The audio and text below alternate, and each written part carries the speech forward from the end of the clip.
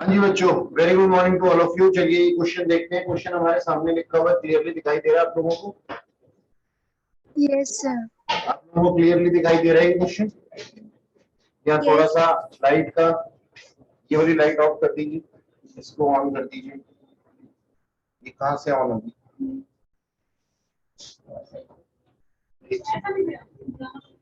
सन्नी भैया,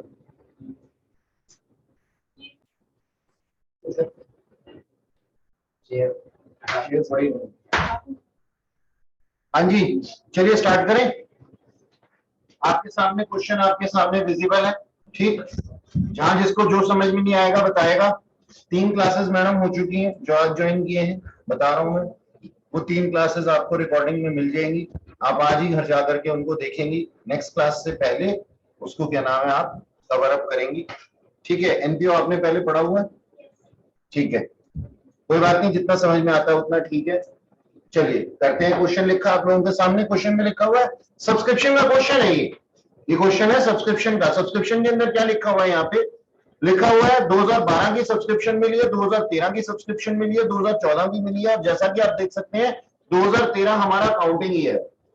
तो current year क्या है सर? 2013। 2013 के लिए हमारे को यहाँ पे कुछ टर्म्स दी हुई है। 2013 में हमने सब्सक्रिप्शन रिसीव किए कितनी? 1,01,000 रुपए टोटल सब्सक्रिप्शन, जिसमें से कि लास्ट ईयर की थी 3,000, करंट ईयर की थी 96,000 और फ्यूचर ईयर की है 2,000 रुपए। समझ में आती है ये बात? डन जी, ठीक है।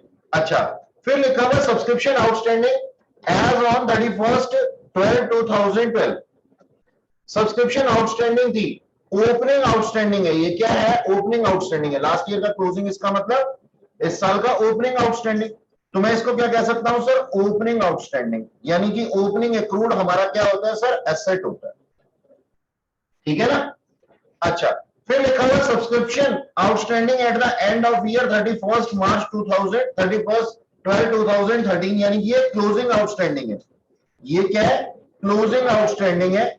और ये भी हमारा एसेट है ना जी? ओके।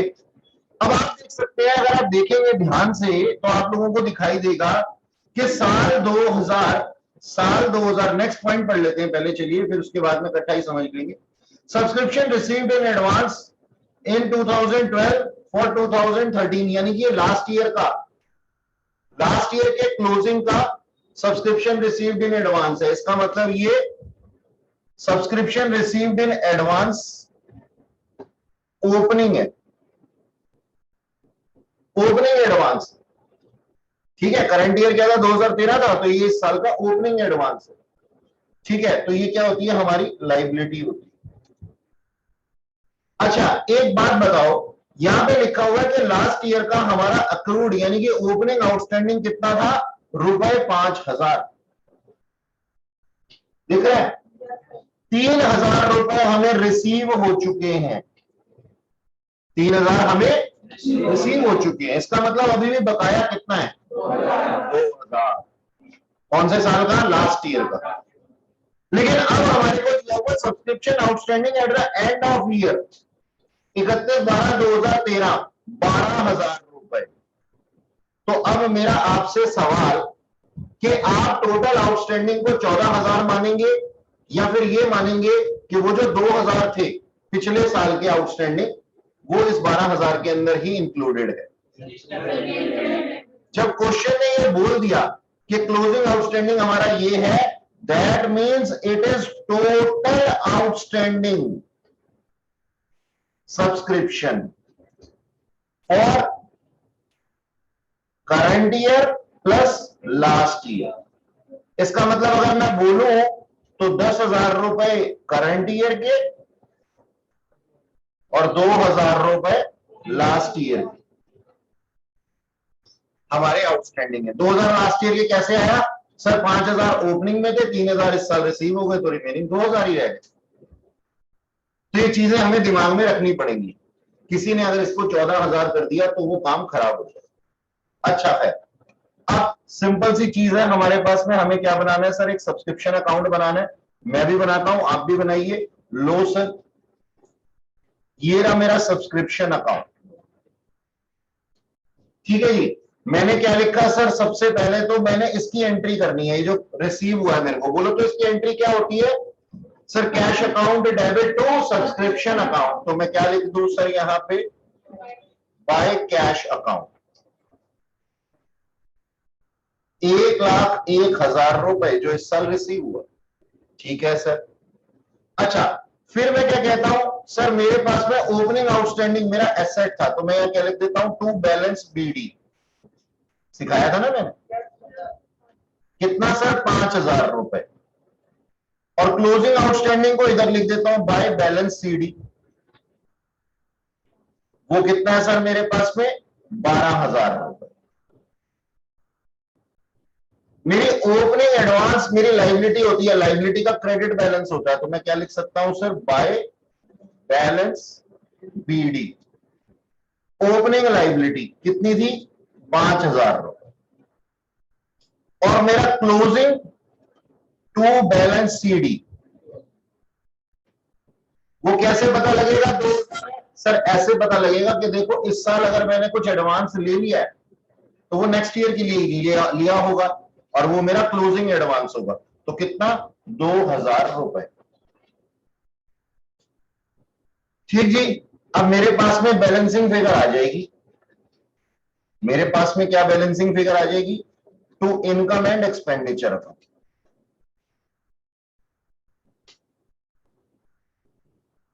कितनी बैलेंसिंग फिगर आ जाएगी बता दो? कितना? 1,11,000 रुपीज। ये मेरा total subscription account. Gurpreet ji बोलिए। Good morning sir. Gurpreet ji बोलिए, मेरे को आपकी आवाज नहीं आ रही है सर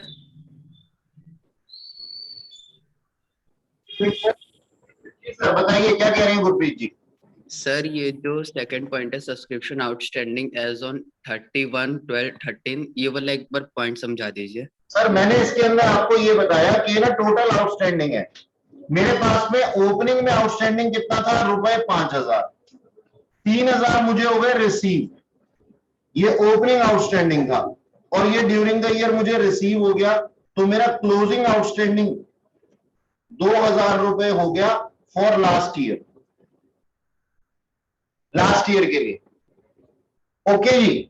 अब यहां पे बोला गया कि 31 मार्च 2013 के लिए टोटल आउटस्टैंडिंग था सर 12,000 रुपए। 31 मार्च नहीं, 31/12/2013 के लिए टोटल आउटस्टैंडिंग था सर 12,000 रुपए। इसको मैंने टोटल क्यों माना? क्योंकि जब क्वेश्चन डिक्लेयर कर देता है ना ये डेट, तो ये सिर्फ करंट ईयर से रिलेटेड नहीं रह जाता, ये टोटल आउटस्टैंडिंग हो जाता है। टोटल आउटस्टैंडिंग अगर 12 है, लास्ट ईयर का 2,000 था, तो इस साल का कितना हो जाएगा? फॉर करंट ईयर 10,000 और लास्ट ईयर सर 2,000। ये बोला भाई। सर फिर ये 3,000 का क्या ट्रीटमेंट होगा जो इस ईयर मिला है? सर जो इस ईयर मिला है वो देखो 1,01,000 रुपए के अंदर इंक्लूडेड है ऑलरेडी, मैंने कैश से उसकी एंट्री बनाई हुई है। 1,01,000 कैसे आ रहा है? इसको हटा देना, इससे कंफ्यूजन हो रही होगी। ये लास्ट ईयर का, ये करंट ईयर का, और ये फ्यूचर ईयर का, टोटल कितना? 1,01,000। तो मैंने 1,01,000 रुपए की एंट्री करी हुई है, 3,000 उसी के अंदर इंक्लूडेड है। सर लास्ट ईयर का तो माइनस कर देंगे ना इसमें से? कौन सा लास्ट ईयर का? सर 3,000। बिल्कुल नहीं करेंगे। आप ये बताओ कैश में आपको रिसीव कितना हुआ? जितना रिसीव हुआ उसकी एंट्री तो बनाओगे ना? Yes sir. टोटल रिसीव की मैंने एंट्री बनाई 1,01,000 रुपए की, उसके बाद में एडजस्टमेंट कर रहा हूं मैं यहाँ पे। Okay sir. ठीक है, टोटल रिसीव की एंट्री बनानी है ना, फर्स्ट एंट्री पे टोटल रिसीव की बनानी है। अगर आप ये कहोगे कि लास्ट ईयर की एंट्री नहीं बनाऊंगा, तो फिर तो आप रिसीव बेसिस पे थोड़ी ले रहे हो उसको, फिर तो आप ड्यू बेसिस पे ले रहे हो, जबकि ड्यू बेसिस पे तो अब हमें निकालना है। ये जो निकाला हमने 1,11,000 रुपए, तो जो आपने टोटल रिसीव किया उसको कैश से लिखो सब्सक्रिप्शन अकाउंट के अंदर 1,01,000 रुपए। ठीक सर। जब भी आपको इस फॉर्मेट के अंदर काम दिया हुआ होगा, आप टोटल अमाउंट की कैश से एंट्री बनाएंगे। ठीक जी। और नॉर्मली जैसे अगर हमारे को फॉर्मेट वाइज दिया हुआ होगा, जैसे हमने लास्ट क्लास में क्वेश्चन देखा था, तो हम उसके अंदर सब्सक्रिप्शन अकाउंट उस तरीके से ही बनाते हैं कि उसके अंदर ऑलरेडी एडजस्ट हो जाते हैं। तभी मैं आपको हमेशा कहता हूं कि ऐड और लेस के चक्कर में मत रहिए। ठीक, चलो आगे। किसी और बच्चे को यहां बैठे हुए को पूछना है?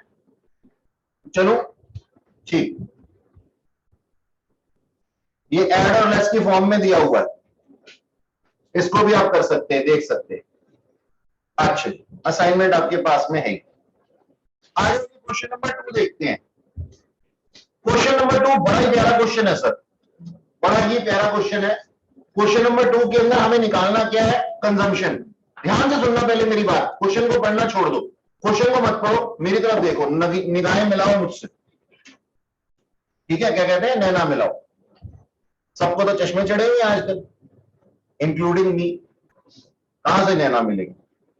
अच्छा, ध्यान से सुनना मेरी बात को बहुत प्यार से, कोई हड़बड़ी नहीं करनी है हमें इस क्वेश्चन के साथ में। एक बात बताओ, फिक्स्ड एसेट को हम क्या मानते हैं? कि वो डेप्रीशिएट होता है, और करंट एसेट को क्या कहते हैं हम? कि वो कंज्यूम होता है। सर दोनों में फर्क क्या है? मैं बता देता हूं। एक फुटबॉल क्लब है, ये यही वाला क्वेश्चन था क्या?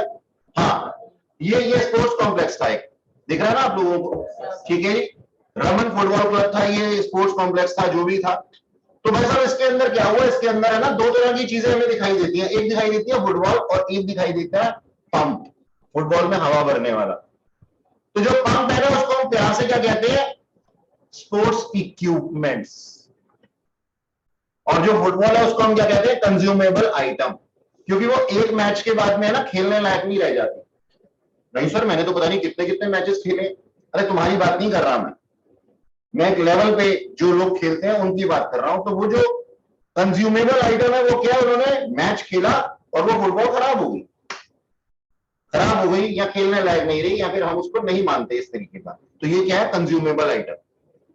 ठीक सर, अब हमें ना ये निकालना है कि हमने ऐसी कितनी फुटबॉल्स का टोटल कंजम्पशन किया है। इक्विपमेंट के साथ में ऐसा नहीं होता, इक्विपमेंट का हम डेप्रिसिएशन लगा लेते हैं, यानी कि जो पंप जिससे कि फुटबॉल में हवा भर रहे हैं उसके अंदर हम क्या करते हैं सर? सिर्फ डेप्रिसिएशन चार्ज करते हैं, क्योंकि वो लंबे समय तक चलेगा। ऐसा कह सकता हूं यार एक बार ही हवा भर ली, दो बार हवा भर ली, अब तो ये खत्म हो गया पंप, ऐसा थोड़ी होता है। तो सर आपको डिफरेंशिएट करना आना चाहिए इक्विपमेंट और स्पोर्ट्स मटेरियल के अंदर। Sports material is a consumable item and sports equipment is a fixed asset. Okay sir, अब यहां पे ना हम ना अकाउंट बनाएंगे, लेकिन अकाउंट इस तरीके से बनाएंगे, एक एक चीज को उठाएंगे और उसकी जर्नल एंट्री बोलेंगे और उसके हिसाब से जो भी हो रहा होगा ना उसको वहां पिरो देंगे, हमेशा जवाब सही आएगा। सर ये है क्या? ये पता है तुम्हारे को है क्या? ये एक वर्किंग नोट है जिसको क्वेश्चन का लिबास पहनाया गया है। अगर हमारे मेन क्वेश्चन के साथ में स्पोर्ट्स मटेरियल की एडजस्टमेंट्स आ जाए, अगर हमारा क्वेश्चन हमें दुखी करने पे आ जाए, तो इससे ज्यादा नहीं उठा सकता किसी भी तरीके से कोई भी एडजस्टमेंट्स को। तो वो जो नीचे एडिशनल इंफॉर्मेशन लिखी हुई होगी ना, इससे ज्यादा नहीं हो सकती। एक एक एंट्री पढ़ेंगे और उसको अकाउंट में पिरोएंगे, हमारा आंसर आ जाए। हमें निकालना क्या है? कंजम्पशन। ठीक है ना? ओके, चलो देखो क्या लिखा हुआ है। Sports material sold during the year जिसकी बुक वैल्यू 50,000 थी 56,000 रुपए में। सबसे पहले तो ये फिक्स्ड एसेट नहीं था, लेकिन बावजूद इसके अगर हम इसका ट्रीटमेंट करते हैं, करंट एसेट तो है ना, consumable item is what? Current asset है ना जी। जो स्पोर्ट्स मटेरियल है, जो स्पोर्ट्स मटेरियल है ये हमारा करंट एसेट है, जो कि 12 महीने के अंदर ही खत्म हो जाता है। तो हम क्या कहते हैं?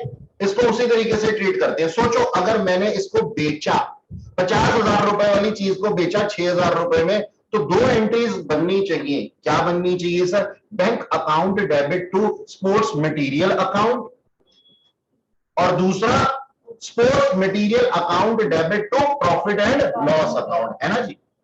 मानते हो? प्रॉफिट हुआ ना जी, प्रॉफिट हुआ तो प्रॉफिट की entry profit and loss account में भेजो, और जो बैंक से पैसा आया उसकी एंट्री बैंक में भेजो। तो जी मैंने इसका मतलब एक स्पोर्ट्स मटेरियल अकाउंट खोलना है। हाँ सर, ये रहा मेरा sports material account. Sports material account, इसमें मैंने ये पहली एंट्री लिख दी, क्या लिख दिया सर, बाय बैंक कितना, 56,000, और यहां पे टू P&L अकाउंट 6,000। किसी को कोई दिक्कत तो नहीं? पहली, हाँ बोलो, किस साइड?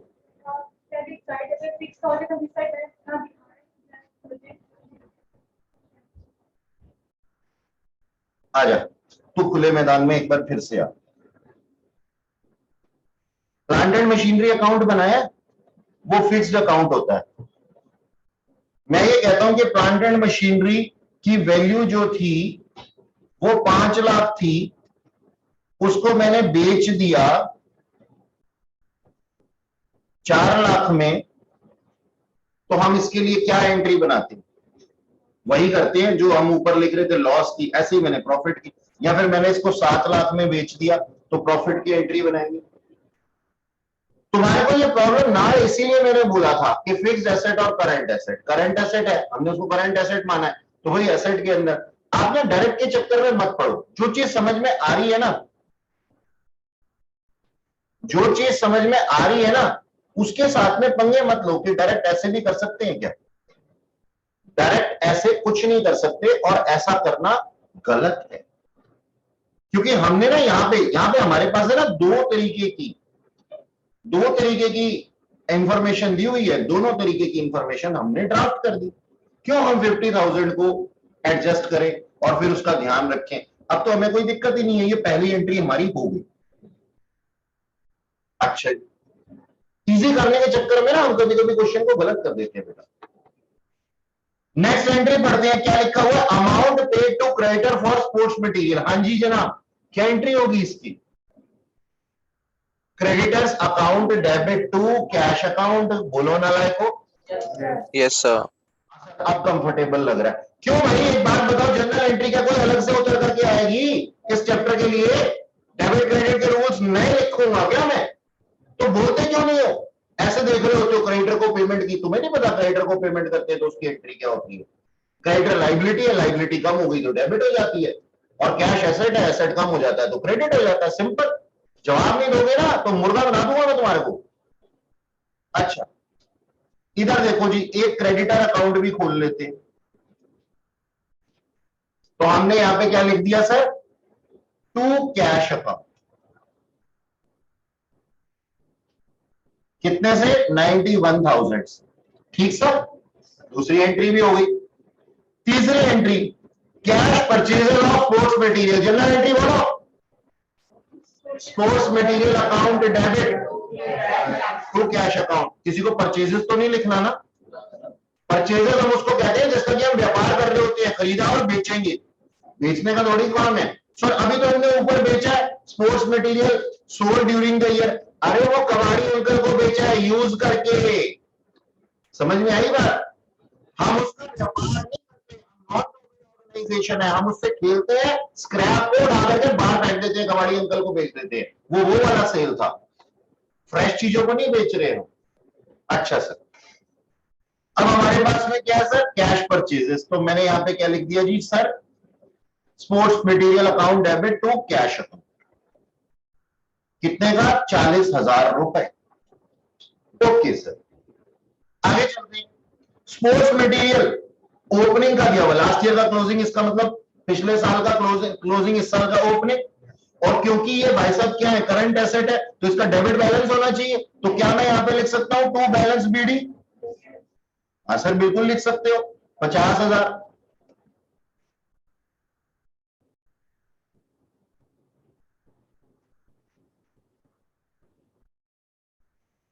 और सर बैलेंस सीडी में सर 55,000, बाय बैलेंस सीडी 55,000।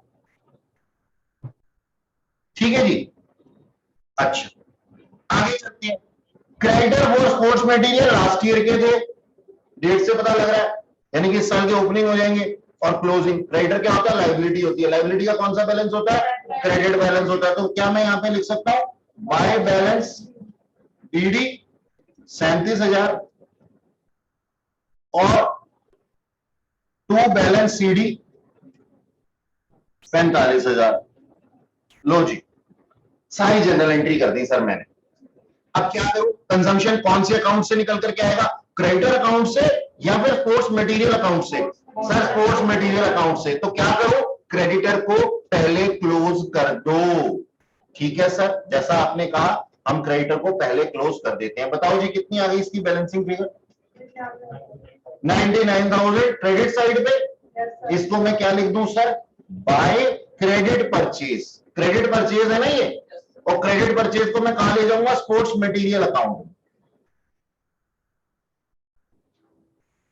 99,000 और यहां पे मैंने क्या लिख दिया? To creditors account 99,000। इसको मैं क्यों लेके गया? ध्यान से सुनना, ध्यान से सुनना मेरी बात को भाई साहब। देखो मेरा ओपनिंग इतना था, इसको हटा देते हैं, प्रॉफिट को जो बेचा उसको तो छोड़ो। मैंने इतने और परचेज कर लिए, ये कैश पे परचेज किए और ये क्रेडिट पे परचेज किए। तो जो परचेज किए हैं उससे मेरे स्पोर्ट्स मटेरियल बढ़ जाते हैं ना। स्पोर्ट्स मटेरियल क्या है सर? करंट एसेट है। करंट एसेट है तो डेबिट साइड पे ही लिखा जाएगा। तो क्रेडिट परचेजेस को भी कहां लिखूंगा? डेबिट साइड पे तो लिखूंगा। तो ये वाली फिगर 99,000 वाली जो यहां पे बैलेंसिंग फिगर थी, ये कहां ट्रांसफर हो गई? ऊपर ट्रांसफर हो गई 99,000। ठीक है सर, अब क्या करना है? अब सर बस हमारे को अमाउंट निकाल लेना है। अब हमारे को अमाउंट निकाल लेना है। तो मैं यहां लिख देता हूं, अगर इधर बैलेंसिंग फिगर आ रही है by income and expenditure account, कितना आ गया? 84,000।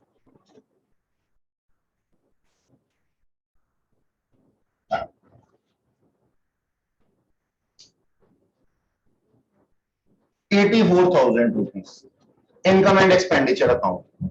बनाओ ये दोनों अकाउंट फटाफट से, और किसी को कुछ समझ नहीं आया तो बताओ। 99,000 बैलेंस शीट में जाएंगे सर। ओपनिंग वाले क्रेडिटर ओपनिंग बैलेंस शीट में, क्लोजिंग वाले क्रेडिटर क्लोजिंग बैलेंस शीट में। ठीक है सर, तो ओपनिंग के क्रेडिटर कितने थे? 37,000। क्लोजिंग के क्रेडिटर कितने थे? 45,000। लेकिन हमारे को बैलेंस शीट नहीं पूछी हुई। इस क्वेश्चन में पूछा हुआ सर कंजम्पशन निकालो। अगर मैं बैलेंस शीट पे जाऊं तो मेरे को मालूम ही है सिर्फ ओपनिंग और क्लोजिंग के क्रेडिटर्स क्यों। हमारे पास स्पोर्ट्स मटेरियल का ओपनिंग बैलेंस और क्लोजिंग बैलेंस भी ओपनिंग क्लोजिंग बैलेंस शीट में जाएगा। अब वो बैलेंस शीट में जाएंगे, लेकिन वो हमसे पूछा ही नहीं हुआ। ठीक, 99,000 का इसका मतलब पता है क्या है? इसका मतलब सुन लो ध्यान से। 37,000 रुपए के हमारे क्रेडिटर थे ओपनिंग में। हेलो हेलो हेलो, ध्यान देना। 37,000 रुपए के हमारे ओपनिंग में क्रेडिटर थे। ड्यूरिंग द ईयर और क्लोजिंग में कितने थे? 45,000 थे। यानी कि मात्रा क्रेडिटर्स की बढ़ गई, और ये मात्रा तब बढ़ी है जब हमने उनको कैश में कुछ पेमेंट भी करी है, उसके बाद भी बढ़ी है। तो इसका मतलब क्या है कि ड्यूरिंग द ईयर हमने कुछ क्रेडिट परचेज किया होगा ना। मतलब समझो ना उसका कि ओपनिंग इतने थे, क्लोजिंग इतने थे, और पेमेंट भी कर चुका हूं, फिर भी बढ़ गए।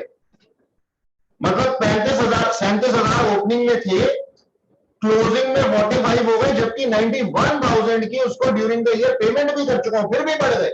पेमेंट करने से तो कम होने चाहिए थे ना। इसका मतलब ड्यूरिंग द ईयर मैंने कुछ और परचेज किया होगा क्रेडिट पे, और वही है 99,000। तो जो क्रेडिट परचेज किया उससे मेरा स्पोर्ट्स मटेरियल भी तो बढ़ा होगा ना। Sports material account debit to creditors account, यही तो एंट्री होगी ना इसकी 99,000 रुपीज के लिए। भाई साहब जनरल एंट्री बनाते चलो, क्वेश्चन को आगे बढ़ाते चलो। और जिसको ये लगता है ना मेरे को जनरल एंट्री नहीं करनी, मैं तो चैंप्स हूं, यकीन मानो वो अपने मन में खुद को सोचता है चैंपियन, लेकिन वो चिंपैंजी है।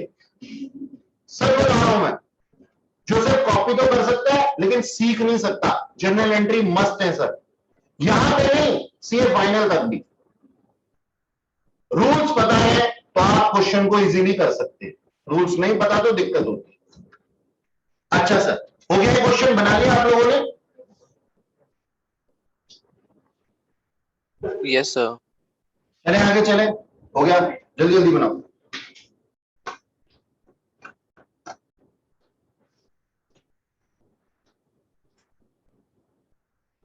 आज फुल स्क्रीन दिखाई दे रहा है क्यों ऑनलाइन वाले बच्चों? Yes, sir. मैंने कहा ये फुल स्क्रीन दिखाई दे रहा है तो जूम करने की जरूरत नहीं पड़ी तुम्हें। हाँ जी सर। Yes, sir. चले जी चले, ये लो।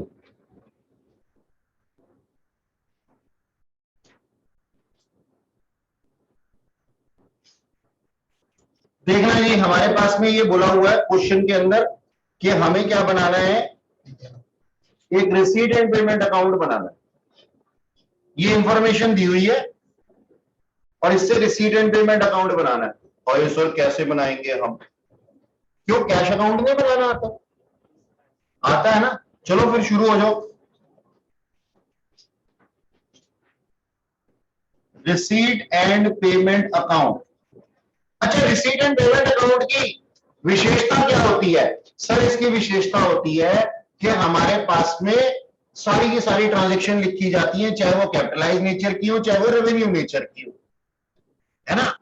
और सर सिर्फ कैश बेसिस की ट्रांजैक्शन ही आती हैं, यानी कि यहाँ पे अगर कहीं क्रेडिट की कोई ट्रांजैक्शन दी होगी तो उसको हम रिकॉर्ड नहीं करेंगे। ठीक है सर। ओपनिंग कैश बैलेंस और ओपनिंग बैंक बैलेंस कहां लिख दूं? ये रहा sir, to balance BD. Cash और बैंक दोनों को मैं मिला देता हूं तो ये आ जाता है 30,000। ये लो सर, मैंने लिख दिया 30,000। सब्सक्रिप्शन, ये during the year subscription receive हुई है, मेरा कैश बढ़ जाएगा तो मैं क्या कहता हूं? To subscription account, 1,65,000। Donation receive हुई है, टू डोनेशन, 35,000 रुपए। रेंट पे किया है मैंने, मैं यहां क्या लिख देता हूं? Bye rent account. कितना है? 80,000। एक चीज रह गई, investment purchase. By investment purchase कितने की? हाँ वही मेरे को लगा था, शायद मेरी आंखों में ही दिक्कत है लेकिन तुम्हारी में मेरे से ज्यादा दिक्कत है। 80,000 और ये क्या था? Rent paid 20,000। ठीक जी। जनरल एक्सपेंस फिर से पैसा चला गया 21,500। पोस्टेज एंड स्टेशनरी फिर पैसा चला गया 2,000। Courier charges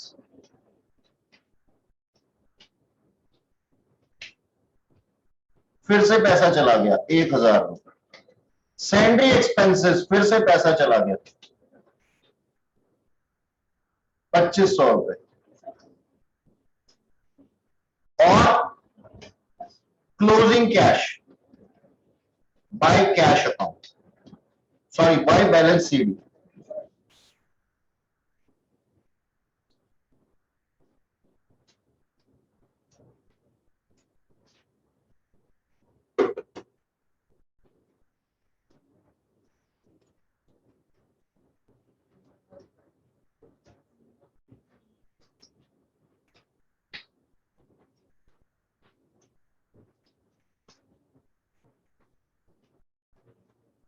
₹12,000। अब बैलेंसिंग फिगर आ रही होगी। नहीं जी, गलत है आपका जवाब।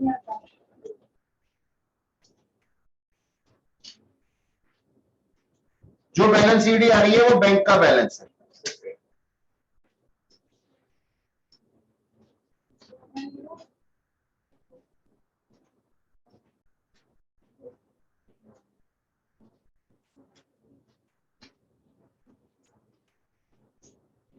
कितना है? 91,000। हो गया सर?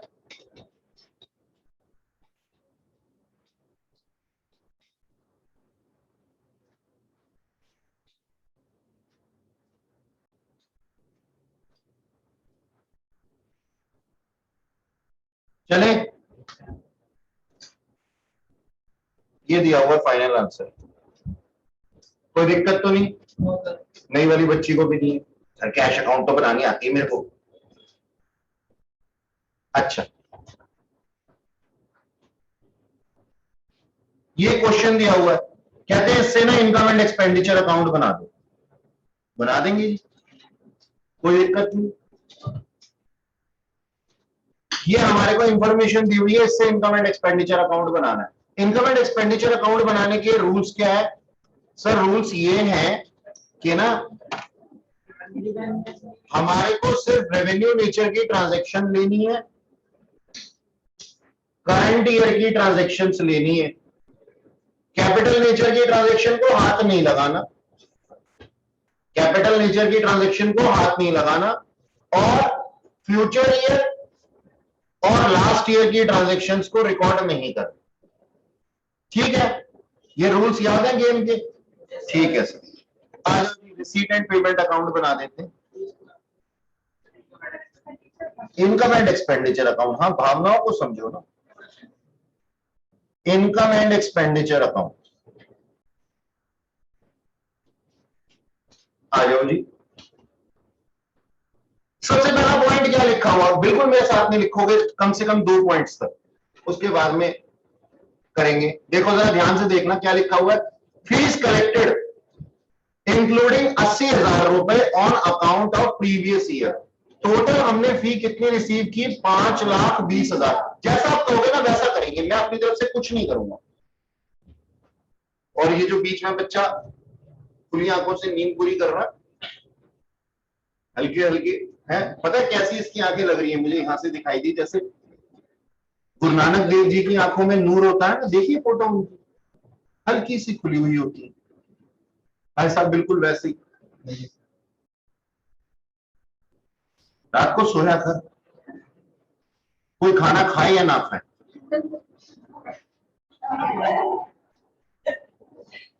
अच्छा सर, फिर खाना खिलाना होता है, उसके बाद में होता है, पूरी रात निकल जाती है।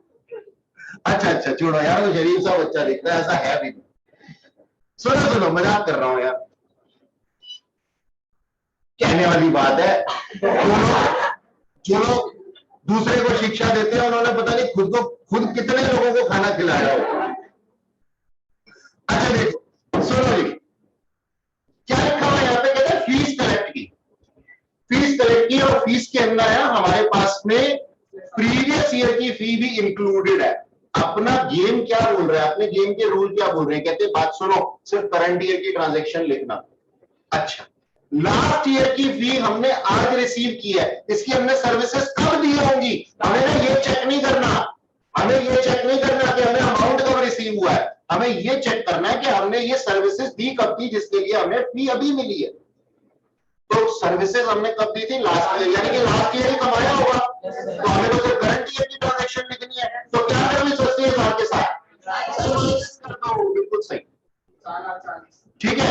4,40,000 थी, 5,20,000 में से 40,000 चले गए तो 4,60,000 रुपए अभी के लिए। लेकिन उसी के नीचे हमारे पास में 4,40,000, ठीक है। और नीचे एक और पॉइंट लिखा हुआ है, ठीक है ठीक है, नीचे एक और पॉइंट लिखा हुआ है, fee for a year is outstanding. A year, अच्छा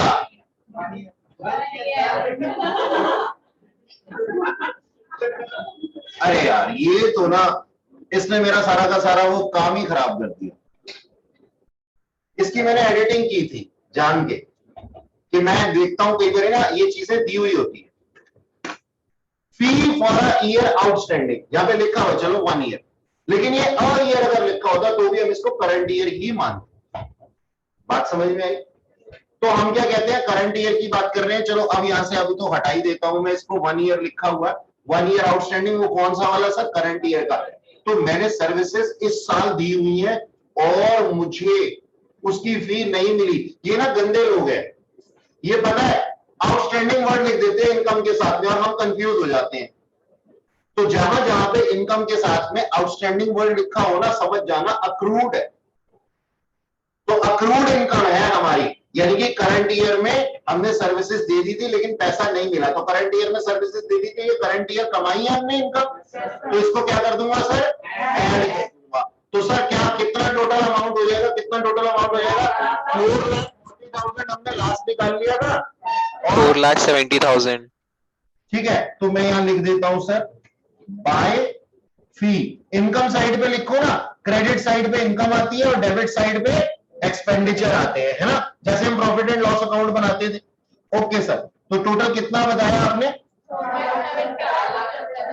4,70,000। सर जी जनाब। सर ये जो आपने फी फॉर 1 ईयर या फी फॉर अ ईयर होता, अगर दोनों में होते तो वो करंट ईयर का ही कहते हैं सर।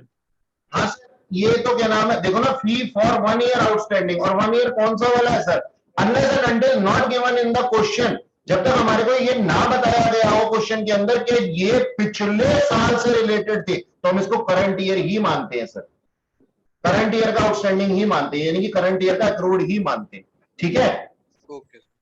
अच्छा जी, आगे देखो क्या लिखा हुआ है, salary paid include 5,000 on account of previous year, यानी कि हमने किसी से सर्विसेज ली थी 5,000 रुपए की लास्ट ईयर, उस पर पेमेंट हमने इस साल की है, तो ये हमारा इस साल का एक्सपेंडिचर है, नहीं सर, ये 5,000 रुपए पिछले साल का एक्सपेंडिचर है। तो क्या करूंगा, 68,000 में से 5,000 माइनस कर दूंगा, 63,000 हो जाएगा। अच्छा सर, नीचे देखो एक और इंफॉर्मेशन दी हुई है, कहते हैं salary outstanding at the end of year, यानी कि करंट ईयर का आउटस्टैंडिंग है, यानी कि मैंने इसके लिए सर्विसेज ले ली है, करंट ईयर का एक्सपेंस है ये मेरा, ठीक है ना। तो क्या कर दूंगा, 3,000 रुपए ऐड कर दूंगा, तो 68,000, सुनो, इसको और इसको जोड़ करके हमारे पास में कितना आएगा, 470, और यहां कितना आ जाएगा,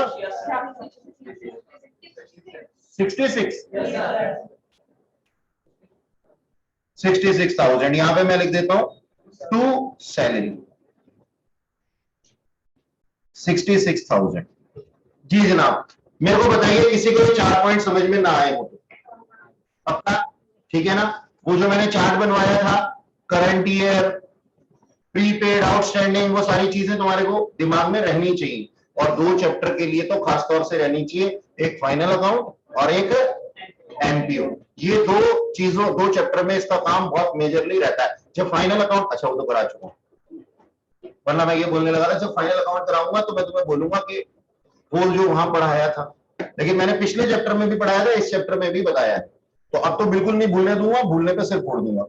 एंटरटेनमेंट एक्सपेंस, एक्सपेंसेस है सर, बस अब यहां से क्वेश्चन को लपेटना शुरू। एंटरटेनमेंट एक्सपेंस कितने, 8,000 रुपए। टूर्नामेंट एक्सपेंसेस 25,000 रुपए का, रेवेन्यू नेचर की आने चाहिए, याद रखना। मीटिंग एक्सपेंस, हाँ सर ये भी रेवेन्यू नेचर है, travelling expense sir revenue nature है। To meeting expense, to travelling expense, meeting expense कितने, 18,000, ट्रैवलिंग एक्सपेंस है 7,000, ठीक है जी। इसके बाद देखो पॉइंट के ऊपर ध्यान देना, purchase of books and periodical include 31,000 for the purchase of books, 40,000। सुनो मेरी बात, यहां क्या लिखा हुआ है, 40,000 रुपए का टोटल हमने खर्चा किया बुक्स और पीरियोडिकल्स के ऊपर, और जिसमें की बुक्स जो थी वो कितने की थी, 31,000 की थी। अब सुनो ध्यान से, बुक्स जो है वो फिक्स्ड एसेट है, तो बुक्स को हम यहां पे लेंगे नहीं, बुक्स का क्या लेते हैं, डेप्रिसिएशन, लेकिन डेप्रिसिएशन की कोई इंफॉर्मेशन हमें है नहीं, तो हम यहाँ पे डेप्रिसिएशन ऑन बुक्स भी नहीं लगा सकते, ठीक है सर। ओके, अब हमें क्या करना है,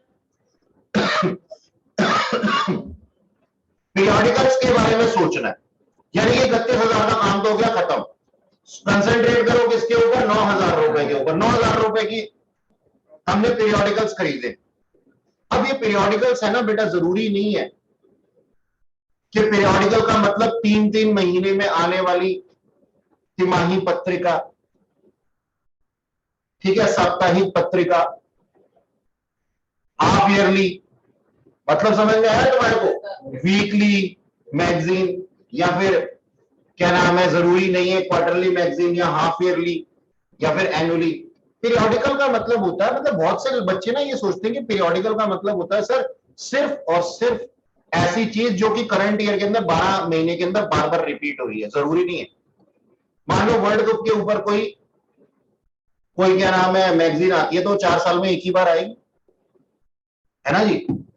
तो हम क्या कहते हैं सर, ये पीरियोडिकल को ना इनको हमें बताना चाहिए था कि रेवेन्यू नेचर का ट्रीट करना है या कैपिटलाइज नेचर का ट्रीट करना है। रेवेन्यू नेचर का कब ट्रीट करेंगे, जब हम ये मान लेंगे कि ये जो पीरियोडिकल्स हैं ये 1 साल से कम वाले पीरियोडिकल्स हैं। और कैपिटलाइज कब ट्रीट करेंगे, जब लिखा होगा, जब हम ये मानेंगे कि ये 1 साल से ज्यादा के लिए पीरियोडिकल्स है, मतलब जो पीरियड है वो 1.5 साल का है, तो ये कैपिटलाइज नेचर का बन जाएगा।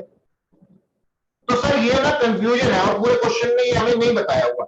हम क्या करेंगे, हम ये करेंगे कि सर अगर हम इसको कैपिटलाइज नेचर का मान रहे हैं तो नीचे एक नोट डाल देंगे, we are assuming that periodical having capitalize nature, therefore हम यहाँ पे नहीं लिख रहे।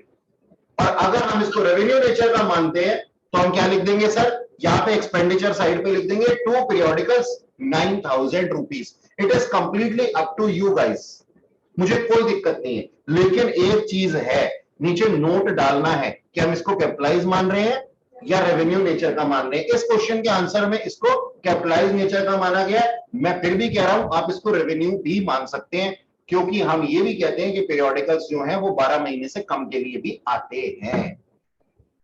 बात समझ में आई मेरी? किसी को कोई डाउट तो नहीं है इस बात में? तो मैं इसको वैसे तो सॉल्व किया हुआ है इस क्वेश्चन के अंदर, ठीक है, कैपिटलाइज मान करके, लेकिन मैं इसको क्या बोल देता हूं सर, पीरियोडिकल्स। कैपिटलाइज मानते हैं तो बुक्स और पीरियोडिकल्स की एंट्री एक साथ कर सकते हैं, एक साथ करेंगे बैलेंस शीट में। हाँ बैलेंस शीट में, यहां नहीं करनी, और हमें तो सिर्फ इनकम एंड एक्सपेंडिचर, यानी कि तब ये इनकम एंड एक्सपेंडिचर अकाउंट से गायब दिखाई देगा अगर हम इसको कैपिटलाइज मानेंगे, फिर आप इसकी एंट्री नहीं लिखेंगे। तो मैं यहाँ पे लिख देता हूं 9,000 और नीचे मैंने इसको रेवेन्यू नेचर का माना है, ठीक है जी। मतलब इसके अंदर मैंने रेवेन्यू नेचर का माना है, इसका मैं नोट दे दूंगा, जबकि इसके सोल्यूशन के अंदर इसको कैपिटलाइज नेचर का माना है। आगे चलते हैं, पोस्टेज एंड टेलीग्राम, हाँ सर, अच्छा रेंट रह गया, हाँ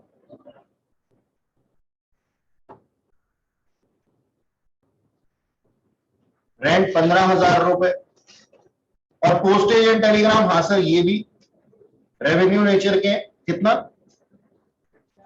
6,000। प्रिंटिंग एंड स्टेशनरी, हाँ सर ये भी रेवेन्यू नेचर की है,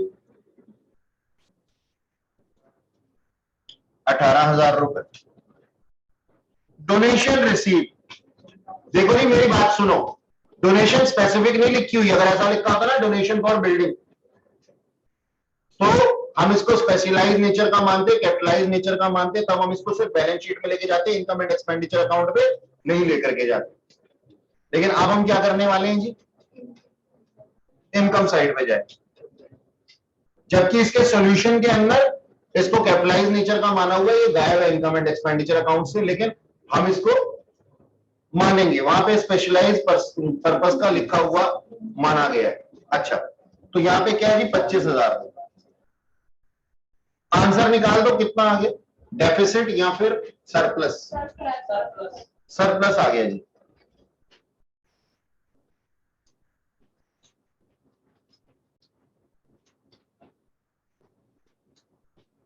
कितने का आ गया?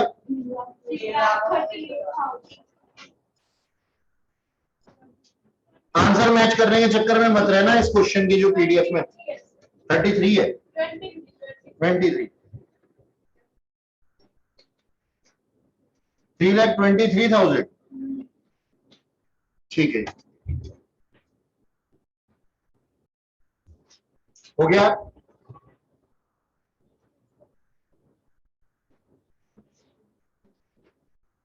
Yes sir.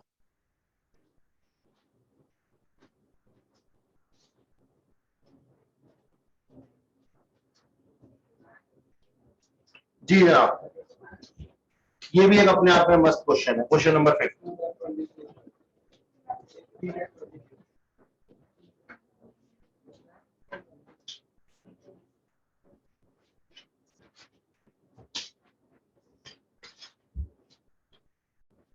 यहां लिखा हुआ फंड बेस्ड अकाउंटिंग, किसी ने पूछा था मेरे से एग्जाम, वो क्या नाम है इसकी शुरुआत में, क्लास चैप्टर की शुरुआत में जब मैं पूछा था कि यहाँ पे आपको क्या क्या दिक्कतें आई हैं 12th के अंदर। अनिका जी ने कहा था sir capital based, fund based accounting के अंदर। फंड बेस्ड अकाउंटिंग क्या होता है पहले इसको समझ लेते हैं क्वेश्चन करने से पहले। फंड बेस्ड अकाउंटिंग होता है सर, हमने ना एक फंड बना लिया, ध्यान से सुनना मेरी बात। मैंने आप लोगों से बोला, मैंने कहा जी मुझे है ना नई बिल्डिंग बनवानी है, नया भवन तैयार करवाना है। मेरा काम क्या है, मैं सर मेडिकल ट्रीटमेंट करता हूं, मेडिकल ट्रीटमेंट करता हूं, मेरे पास में जन सेवा के लिए मेरे को एक और बिल्डिंग की जरूरत है। बोले ठीक है जी, मैंने आप सबसे ना फंड इकट्ठे किए, मैंने ना फंड बना दिया उसका, मैंने कहा ये बिल्डिंग फंड है, बिल्डिंग फंड है। आप लोगों ने डोनेशन दिया, उसके अंदर पैसा आ गया 80 लाख रुपए। अब इस 80 लाख रुपए से मैंने कुछ बिल्डिंग बना डाली। लेट्स से मैंने 30 लाख रुपए की बना डाली, तो मानते हो तुम्हारी जेब में पैसा आया था और जेब से पैसा अब चला गया, तो वहां से क्या हो जाएगा, मेरा फंड डिक्रीज हो जाएगा कितने से, 30 लाख रुपीस से। 80 लाख का फंड मेरा कलेक्ट हुआ था, 30 लाख से मेरा फंड कम हो जाएगा, यानी कि लायबिलिटी साइड पे कम कर दूंगा। और सर एसेट साइड पे एक चीज एग्जिस्टेंस में आ जाएगी जिसका नाम होगा बिल्डिंग, जिसका नाम होगा बिल्डिंग। इस क्वेश्चन को मत देखना, मैंने तो यहाँ पे बिल्डिंग बोला है, ये तो यहाँ पे कुछ और लिखी। तो आपने मेरे को पैसा दिया, आपने बहुत प्यार दिया, 80 लाख रुपए का प्यार दिया, उसमें से 30 लाख रुपए का प्यार मैंने खर्च दिया, तो वो एसेट बन गई। बिल्डिंग फंड लायबिलिटी क्यों थी और बिल्डिंग एसेट क्यों है, इस चीज को भी सुन लो। बिल्डिंग फंड मुझे आपने दिया था मेरे घर के लिए नहीं, लोगों की सेवा के लिए, तो वो लायबिलिटी था, ऑब्लिगेशन था मेरे ऊपर कि आपने दिया है, मुझे ऑब्लिगेशन पूरी करनी है। और उस बिल्डिंग फंड बना, उस बिल्डिंग फंड से बिल्डिंग बना करके मैंने अपनी ऑब्लिगेशन पूरी की है, क्योंकि जिस काम के लिए मैंने वो फंड लिया था उसका भी पार्शियल क्या नाम है अमाउंट मैंने खर्च कर दिया है। अच्छा, अब ना मैंने कहा बचा हुआ ना मेरे पास में बिल्डिंग फंड पड़ा हुआ है, मैं आपको वापस तो दूंगा नहीं आपको चाहिए, क्योंकि वो आपने तो दान दिया है मेरे को। मैंने आपसे पूछा, मैंने कहा काम करता हूं, ये 50 लाख रुपए को ना मैं इन्वेस्ट कर देता हूं कहीं पे, तो मैंने उसको कहीं इन्वेस्टमेंट कर दी और उस इन्वेस्टमेंट से आया इंटरेस्ट। बचा हुआ फंड मेरा कितना था, 50 लाख। 50 लाख की इन्वेस्टमेंट कर दी, उसके ऊपर इंटरेस्ट आ रहा है मेरे पास, तो इंटरेस्ट को भी यहां पे ही इंक्लूड कर दूंगा फंड के अंदर ही। जो उस चीज का जितना भी पैसा जनरेट होगा उसको मैं वहां डाल दूंगा, ठीक है जी। अच्छा, मैंने ना अपने ना मेंटेनेंस विभाग को बोला, जो मेरा मेंटेनेंस डिपार्टमेंट था, मैंने उसको बोला यार तुम ना बहुत अच्छे से इस बिल्डिंग को मेंटेन करके रखते हो, बड़े प्यारे लोग हो तुम, मेरा मन कर रहा है तुम्हारे को ना मैं कोई अवार्ड्स दूं मेंटेनेंस डिपार्टमेंट को। तो वो अवार्ड्स कहां से दिए जाएंगे, किससे रिलेटेड है वो, बिल्डिंग की मेंटेनेंस से, तो वो अवार्ड वहीं से दिए जाएंगे बिल्डिंग फंड से। यानी कि सर बिल्डिंग के ऊपर जितने भी खर्चे होंगे या बिल्डिंग से रिलेटेड जितनी भी इनकम्स आ रही होंगी, सारी की सारी बिल्डिंग फंड से होगी। ओके, आ जाओ जी, अब देखते हैं यहां पे क्या लिखा हुआ है। जैसे बिल्डिंग फंड बनाया था ना, ऐसे ही इस क्वेश्चन के अंदर इन्होंने क्या बनाया हुआ है, स्पोर्ट्स फंड बनाया हुआ है। हमें क्या करना है सर, दिखाना है कि हमारे पास में बैलेंस शीट के अंदर ये चीजें कहां पे आई, बैलेंस शीट के अंदर ये चीजें कहां पे आई, ठीक है।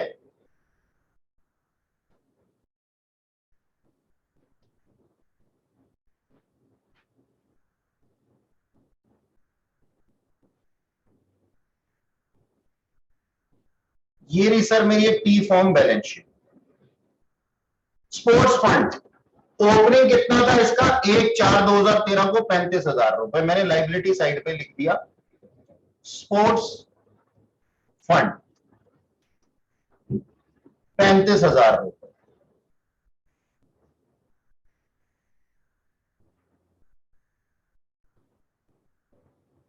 ठीक है जी।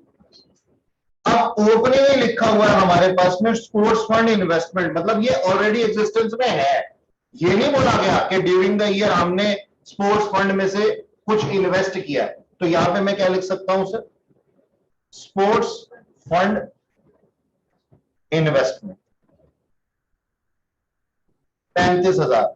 अगर ये लिखा हुआ होता, हेलो हेलो, अगर ये लिखा हुआ होता investment purchased from sports fund, तो मैं यहां से माइनस कर देता और उधर उतने का लिख देता, जैसा कि अभी बिल्डिंग के लिए मैंने बताया। लेकिन ये नहीं लिखा हुआ कि मैंने परचेज किया, ये लिखा हुआ कि स्पोर्ट्स फंड इन्वेस्टमेंट इतनी की थी। तो ठीक है, मैंने उसको एसेट साइड पे लिख दिया और यहां पे माइनस नहीं किया। ठीक है ना, बात समझ में आई? सर कहाँ पे माइनस करना था? हाँ जी, कहाँ पे माइनस करने को कह रहे थे? अगर परचेज होता तो? अगर परचेज होता तो स्पोर्ट्स फंड में से माइनस हो जाता ना सर। अच्छा ओके। ठीक है, अरे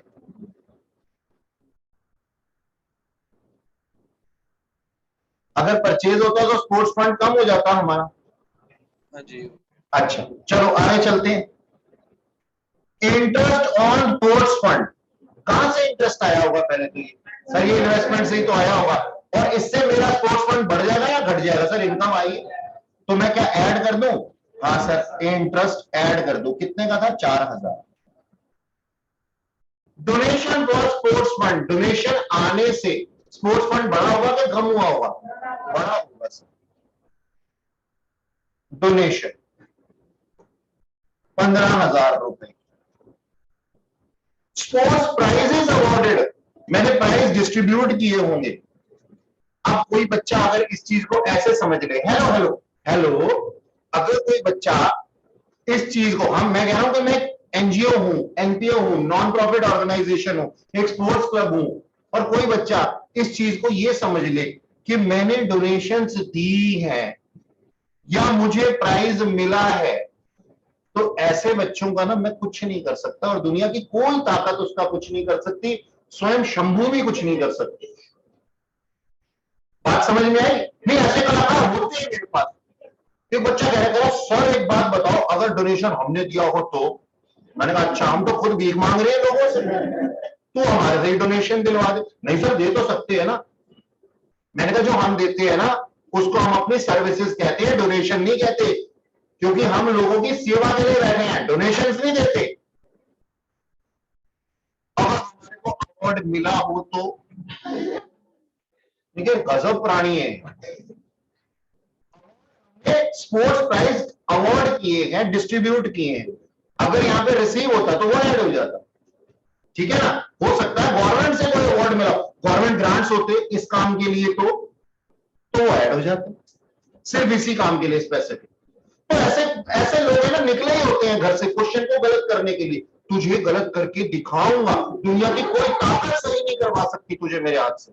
मतलब उल्टा सोचना, जान के उल्टा सोचना। अच्छा, तो यहां पे मैंने माइनस कर दिया सर प्राइजेस को। कितना है? 10,000। Expense on sports event, expenses minus कर दो सर। कितने? 4,000। ऐसा बंदा क्या कहेगा कि सर किसी ने एक्सपेंस कर दिए मेरे ऊपर, मुझे चाय पिला दी। ऐसा नहीं है, इसका मतलब है हमने एक्सपेंस कर दिए अपने खिलाड़ियों को चाय पिलाना। चाय मत पिलाना खिलाड़ियों को, जूस पिलाना। अच्छा, अब और कोई इंफॉर्मेशन, अब देखो जनरल जनरल जनरल, तीनों जनरल जनरल है, तो अब यहां पे इसका साथ कुछ नहीं करेंगे, बस ये हमारे को अब उसको अलग करना है। अब यहाँ पे एड और लेस करके बताओ कितना आ गया? 40,000। ठीक है। अब सर जैसे एक कैटेगरी ये थी, वैसे दूसरी कैटेगरी जनरल फंड इन्वेस्टमेंट की थी। सुनो, टीपो मत, देखो ध्यान से सुनना। यहां पे लिखा हुआ है जनरल फंड। अब जनरल फंड को ना कुछ बच्चे क्या करते हैं, जनरल डोनेशन के साथ में ना उनको एक जैसे दिखाई देने लग जाते हैं। जनरल डोनेशन और जनरल फंड उनको एक जैसे दिखाई देने लग जाते हैं, जैसे अपने को चाइनीज लोग एक जैसे दिखाई देते हैं। अरे भाई, जनरल डोनेशन का मतलब है एक ऐसी डोनेशन रिसीव करना जो जनरल पर्पस में कहीं पे भी यूटिलाइज कर सकता हूं। और जनरल फंड, अरे नाम तो देखो, फंड लिखा उसके आगे। Fund means liability for a long period, fund accumulated balances, reserves, provisions, ये सब बैलेंस शीट में आते हैं। अच्छा सर, सामने से जवाब आया बच्चे का, अच्छा sir provision for doubtful debts तो मैंने कभी बैलेंस शीट में नहीं देखा। मैंने कहा देखा है, बिल्कुल देखा है, चाहे तो उसको बैलेंस शीट में लायबिलिटी साइड लिख ले या फिर डेटर्स में से माइनस कर दे, एक ही बात है। हाँ सर, मैं ना हमेशा सोचता था कि ये खर्चे अभी हुए तो है नहीं, तो माइनस क्यों कर दिए? अरे वो इसलिए माइनस कर दिए क्योंकि वो एसेट से एडजस्ट कर रहे हैं। तो प्रोविजन फॉर डाउटफुल डेट्स, इस चैप्टर की बात नहीं कर रहा हूं, फाइनल अकाउंट की बात कर रहा हूं। प्रोविजन फॉर डाउटफुल डेट्स एक लायबिलिटी की तरह भी ट्रीट हो सकती है और ये स्पेसिफिक है। अच्छा, वहां की बात नहीं करते। तो सर जनरल फंड जो है वो जनरल डोनेशन से अलग है, फंड वर्ड लिखा हुआ सर। तो मैं यहां पे एक दूसरी कैटेगरी बनाता हूं सर, जनरल फंड। कितना? 80,000। जनरल फंड इन्वेस्टमेंट यहां पे लिखूंगा सर एसेट साइड पे।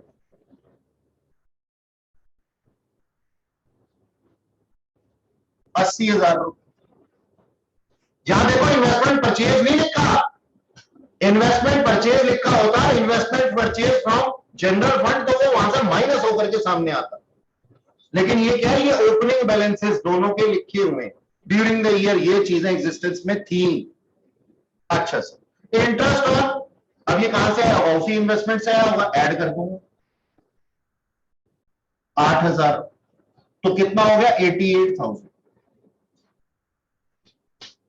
ये है सर हमारे पास।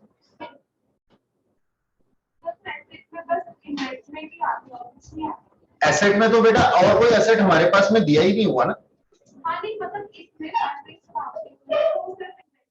अगर एक्रूड इंटरेस्ट लिखा हुआ होता वो भी आ जाता है ना। कोई रट्टा थोड़ी मारना है हमने, हम तो एक एक पॉइंट के पास जाते हैं, उसकी नेचर पूछते हैं और उसको पोस्ट कर देते हैं, है ना। सर बैलेंस शीट मैच नहीं हो रही मेरी, बैलेंस शीट मैच नहीं हो रही सर मेरी, ये क्योंकि आपने गलत करा दिया।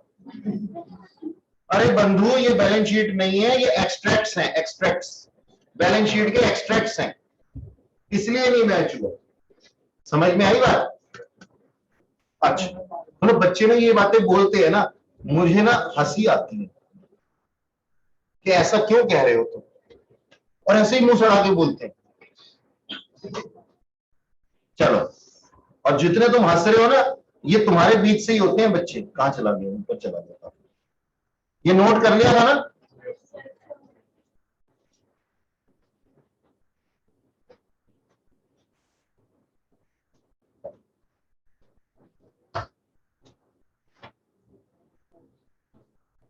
ये देखो, ये एक ऐसा ही क्वेश्चन है, फिगर चेंज है बस, ये तुम्हारे लिए, घर ले जाओ मौज मारो।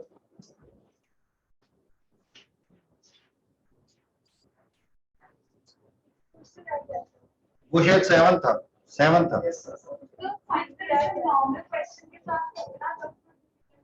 अरे कोई नहीं, अरे प्रभु ये देखो एक और चमत्कारी बाबा,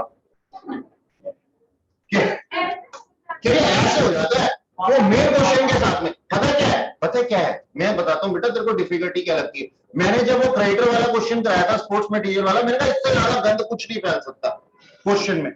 हमने उसको सेपरेटली अगर वर्किंग नोट में लिखना सीख लिया तो बैलेंस शीट में और चीजों के साथ लिखने में क्या दिक्कत है। अब सोचो बैलेंस शीट के अंदर और 10 चीजें लिखी हुई हो, कैपिटल फंड लिखा हुआ हो और अपने पास में लिखा हुआ हो आउटस्टैंडिंग सैलरी, तो उनको उनका ट्रीटमेंट करो। पता हमारे साथ में दिक्कत क्या है? हमारे साथ में दिक्कत ये आती है, हम ना बड़ा करके देख लेते हैं उसको, खुद पहले ही घबरा जाते हैं। आप एंट्री के पास जाओ, एक एंट्री का उसका ट्रीटमेंट बोलो अपने मन में, और वहां पे कॉपी पे उतारो, गलत हो जाए तो मेरे को बताना।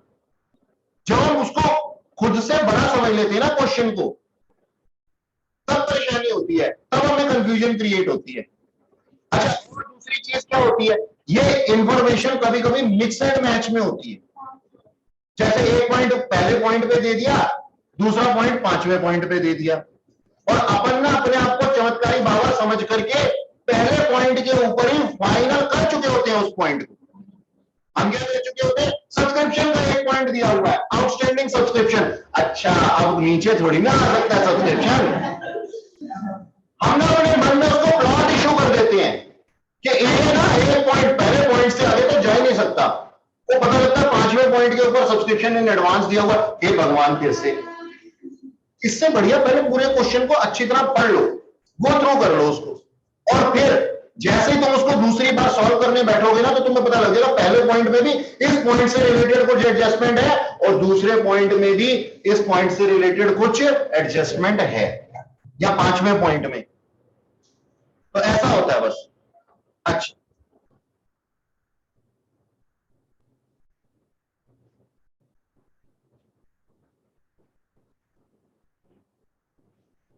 ये क्वेश्चन हमने लास्ट क्लास में कर लिया था, ये भी कर लिया था, ये भी कर लिया था शायद जी।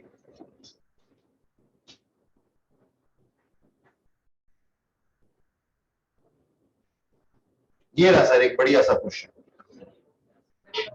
ये कर लिया। अच्छा,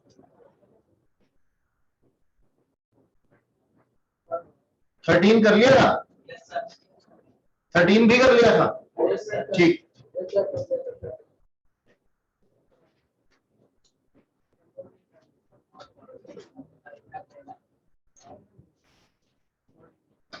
क्वेश्चन 14th क्वेश्चन, एक बार क्वेश्चन को अच्छे से पढ़ लो।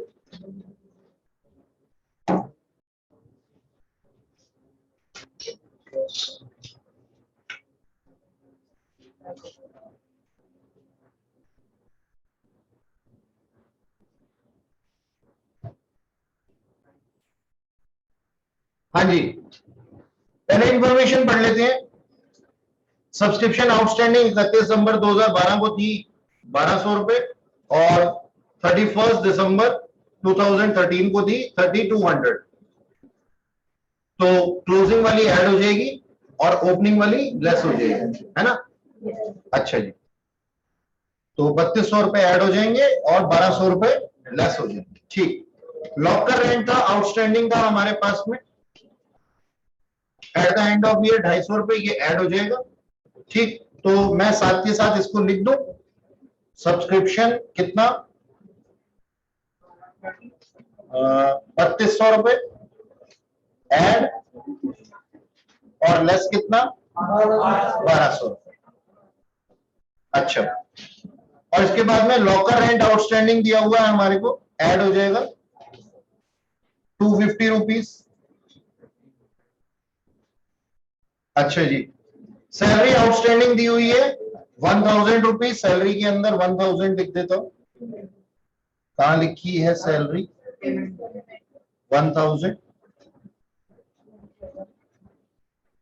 लॉकर रेंट आउटस्टैंडिंग और लॉकर रेंट हमारी इनकम है, इनकम साइड पे लिखा है, रिसीट साइड पे।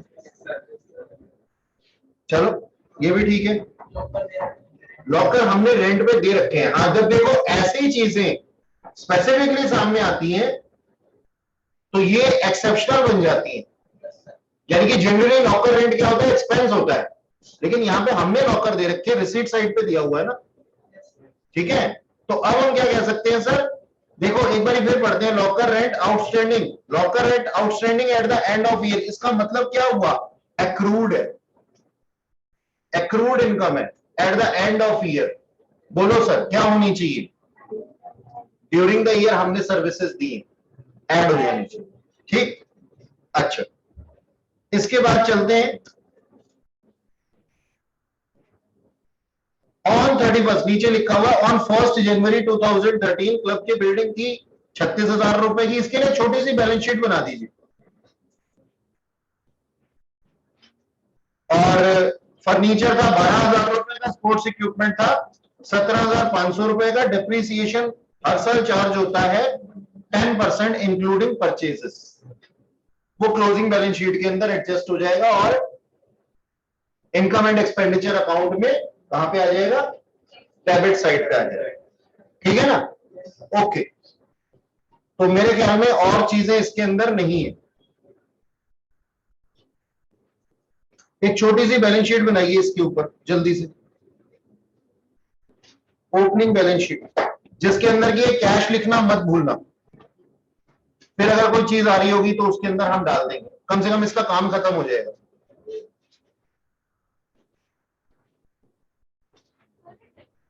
होता है जी वो फंड से काउंटिंग में होता है। डेप्रिसिएशन तो बेटा एसेट के ऊपर लगता है ना, फंड के ऊपर कहां से लग जाएगा? मतलब इसके लिए तो फंडिंग काउंट कौन था? तो वो एसेट की होगी ना बेटा। तो मतलब ये सिर्फ एक्सपेंस है और बैलेंस शीट में एसेट साइड, हाँ माइनस करते हैं।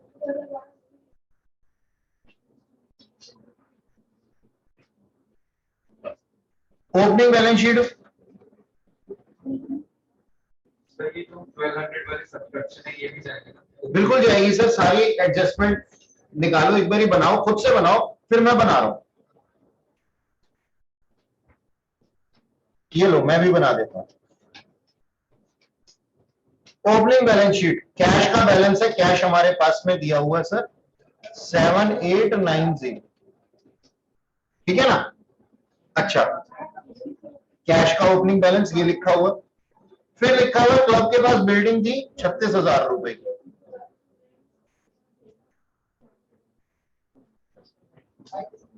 फर्नीचर था 12,000 रुपए का।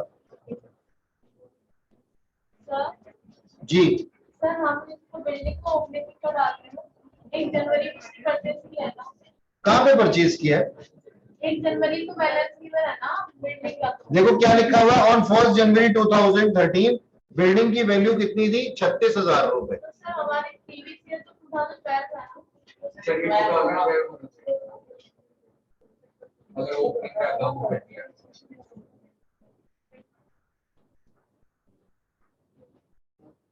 क्यों, ये ओपनिंग बैलेंस शीट का डाटा नहीं है क्या?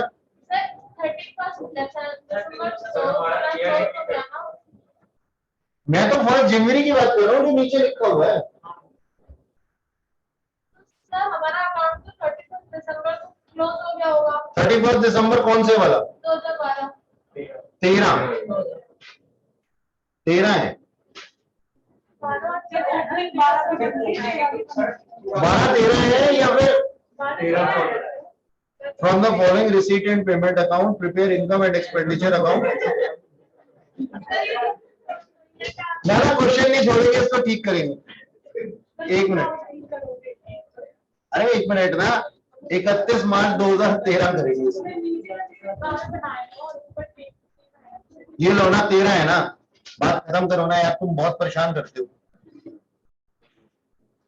ठीक है, 31 मार्च 2013, 31 दिसंबर सर। 31 दिसंबर 2013, समझ तो भी आ गया, लेकिन टांग खिंचाई करनी है बस। तो सर बिल्डिंग अभी भी नहीं जाएगी इसमें ओपनिंग में तो। शुरुआत की तो है 1 जनवरी 2013 की, परचेज कहाँ किया है?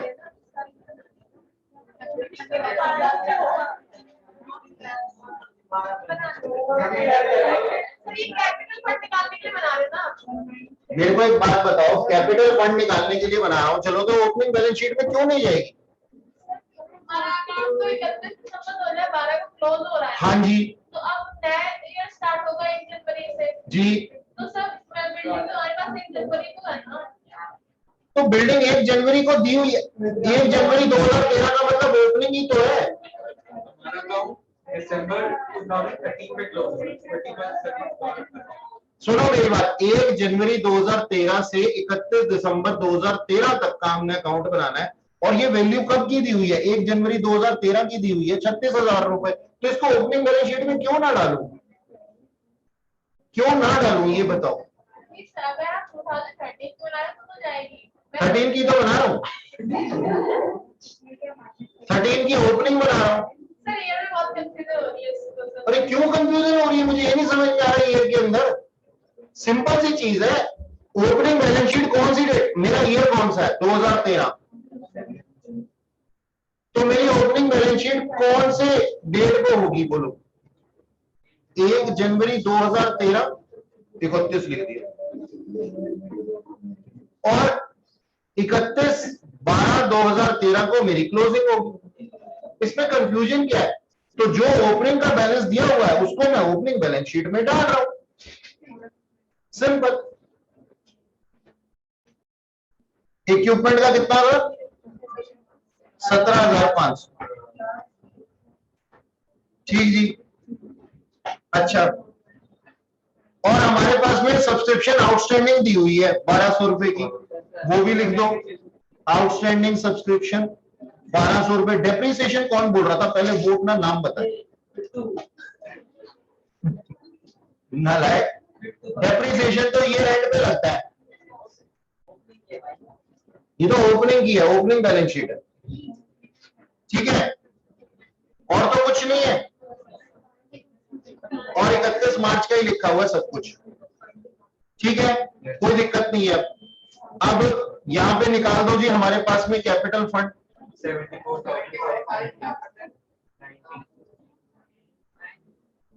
70,90। सिंपल। अभी भी कंफ्यूजन है क्या?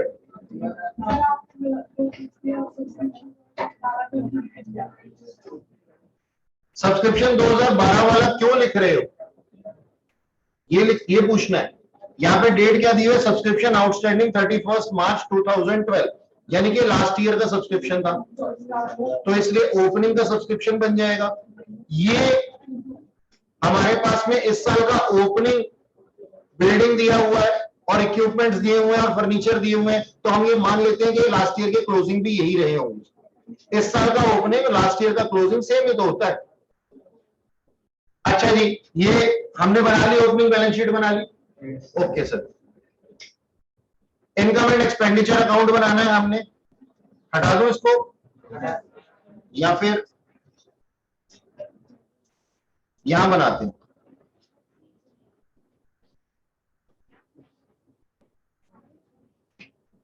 Income and expenditure account. अब आप लोगों के पास में क्वेश्चन है अपना असाइनमेंट? Yes sir.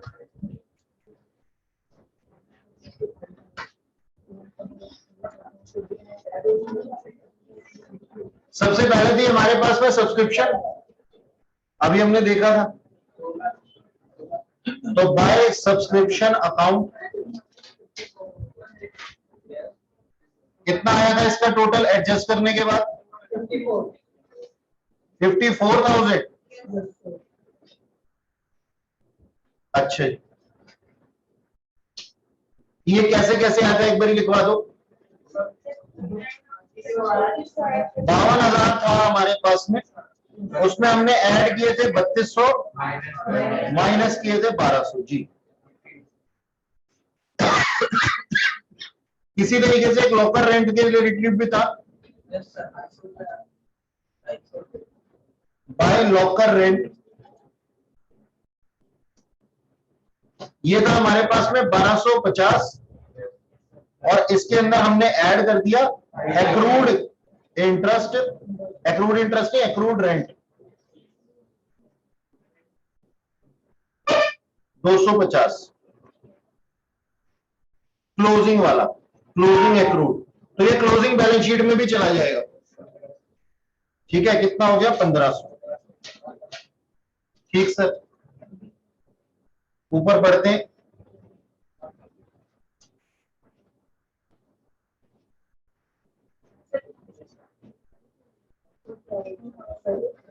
अब देखिएगा हमारे पास में, इसको मैं हटा देता हूं यहां से ताकि थोड़ी सी स्पेस बन जाए।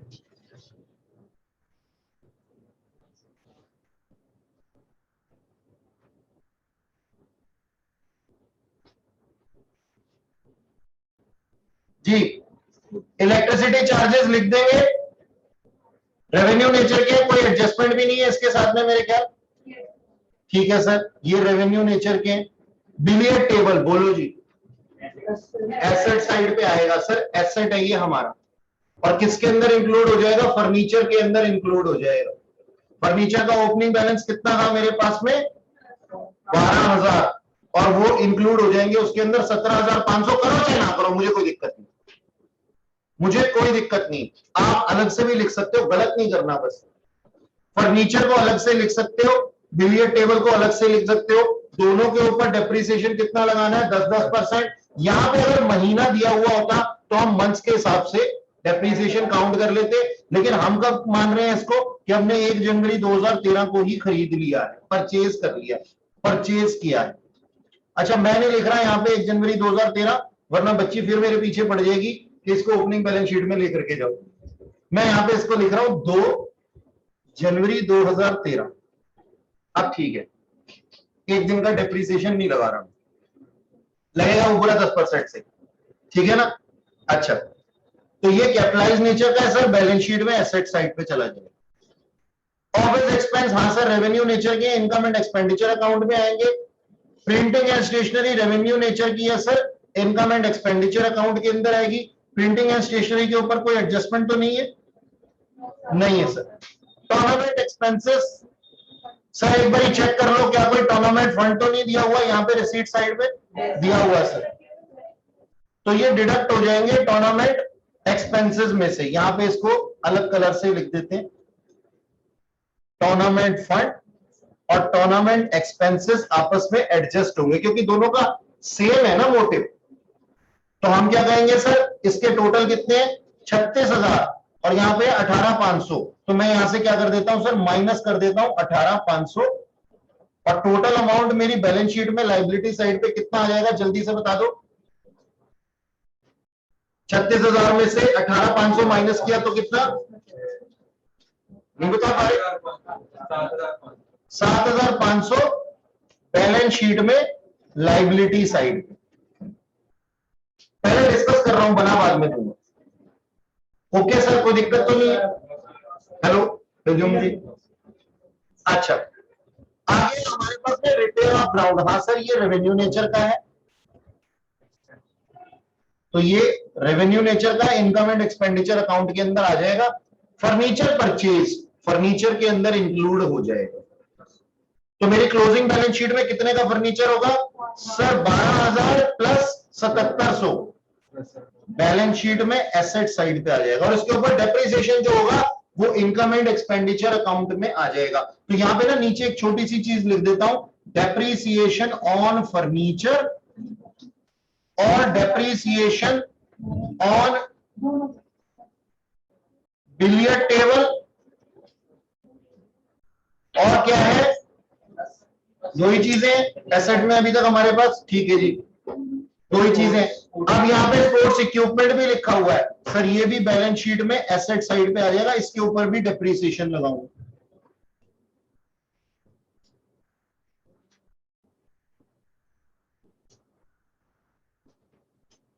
तो डेप्रिसिएशन ऑन स्पोर्ट्स इक्विपमेंट, इन तीनों का डेप्रिसिएशन कहां आ जाएगा, income and expenditure account, expenditure side of income and expenditure account.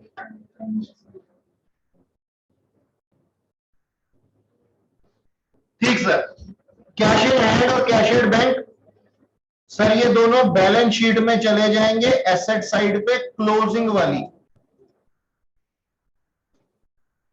और फिक्स्ड डिपॉजिट कब किया था, 1/10/2013 को 10% पर एनम के लिए, तो फिक्स्ड डिपॉजिट तो बैलेंस शीट में एसेट साइड पे जाएगा, लेकिन भाई साहब इंटरेस्ट कैलकुलेट करना होगा हमें इसका। आओ जी, 30,000 रुपए के ऊपर इंटरेस्ट कैलकुलेट कर ले, 10% 3 महीने के लिए, अक्टूबर नवंबर दिसंबर, कितना आ जाएगा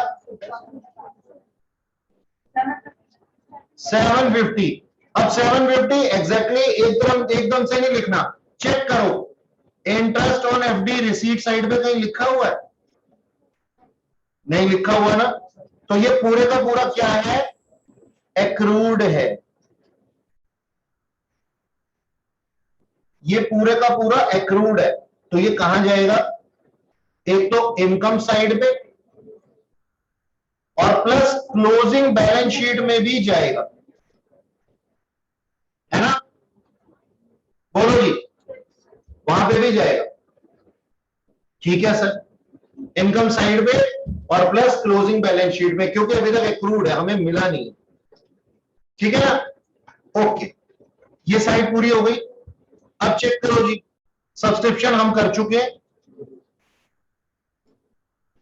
life membership fee sir balance sheet में लाइबिलिटी साइड पे, क्लोजिंग वाली balance sheet. Entry fee sir capitalise nature की है, बैलेंस शीट में लाइबिलिटी साइड पे, क्लोजिंग वाली। टूर्नामेंट फंड हम देख चुके, बैलेंस शीट में लाइबिलिटी साइड में after adjustment of tournament expenses. Locker rent sir revenue nature का है, इनकम एंड एक्सपेंडिचर अकाउंट में आ जाएगा। ठीक है जी। Sale of old sports goods costing 2200, 2500 रुपए में बेच दिया, तो 300 रुपए का जो प्रॉफिट है वो कहां जाएगा, इनकम साइड पे आ जाएगा, इनकम एंड एक्सपेंडिचर अकाउंट में। इनकम एंड एक्सपेंडिचर अकाउंट में इनकम साइड पे आ जाएगा। भाई 2200 की चीज हमने 2500 रुपए में बेच दी। ठीक है। अच्छा, सेल ऑफ ओल्ड न्यूज़पेपर, मैंने बताया था आपको कि अगर हम सेल ऑफ ओल्ड न्यूज़पेपर करते हैं ये 100% डेप्रीशिएट हो चुका होता है, ये 100% डेप्रीशिएट हो चुका होता है। और अगर 100% डेप्रीशिएट चीज को 1 भी रुपए पे बेच देता हूं तो वो क्या हो जाती है सर, प्रॉफिट्स लिए जाते हैं। और प्रॉफिट्स कहां पे आ जाएंगे, तो मैं इसको ऐसे नहीं लिखूंगा सेल ऑफ ओल्ड न्यूज़पेपर, मैं लिखूंगा profit on sale of old newspaper. 750 ये रेवेन्यू नेचर की इनकम है, इनकम साइड पे आ जाएगा। लीगेसी सर बैलेंस शीट में आ जाएगा, लाइबिलिटी साइड पे, will of a deceased person, closing balance sheet. ठीक है जी। अच्छे से देख लो पूरे के पूरे क्वेश्चन को, कोई टर्म अगर छूट गई है या कुछ समझ नहीं आया दोबारा पूछ लो। मैं बनाने से पहले इसको आप लोगों को हाँ सर बोलिए।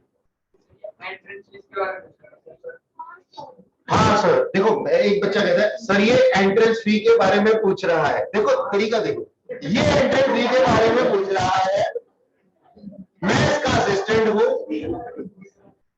और ये बेचारा बोल नहीं पा रहा। सबसे पहले तो ऐसे बच्चे के लिए मेरा मैसेज, एक चुन्नी घर से लाया करो, तो सिर पे डाल करके शर्माते हुए खुद ही पूछ लो, नंबर 1।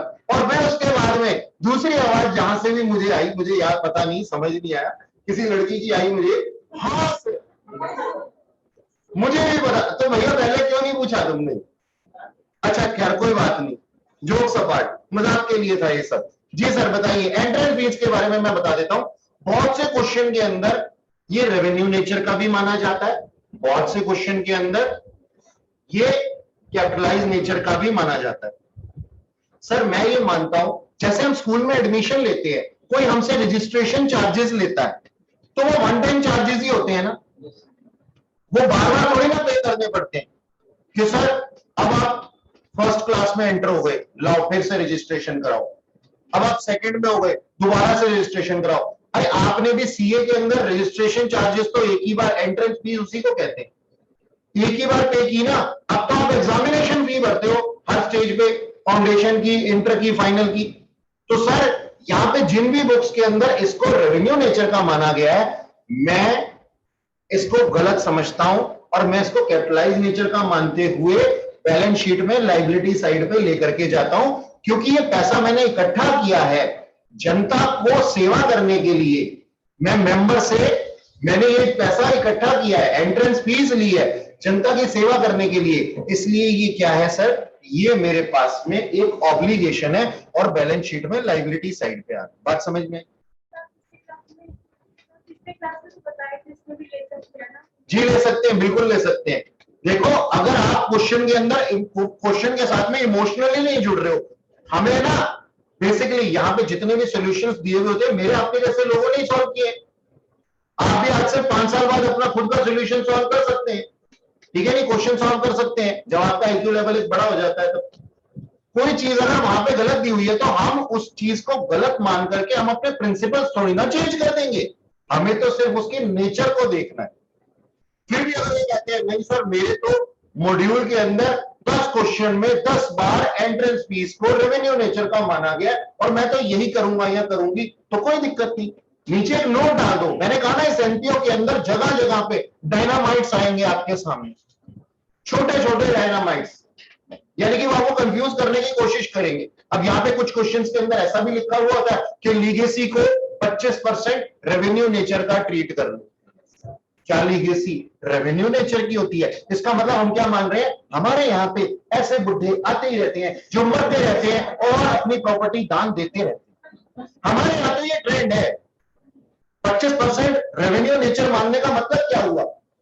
यहां तो आए दिन ऐसा चलता ही रहता है। हम इतनी ब्रांडेड ऑर्गेनाइजेशन है कि यहां पे तो हर महीने कोई ना कोई ऐसा दान देता रहता है, 25% रेवेन्यू मान।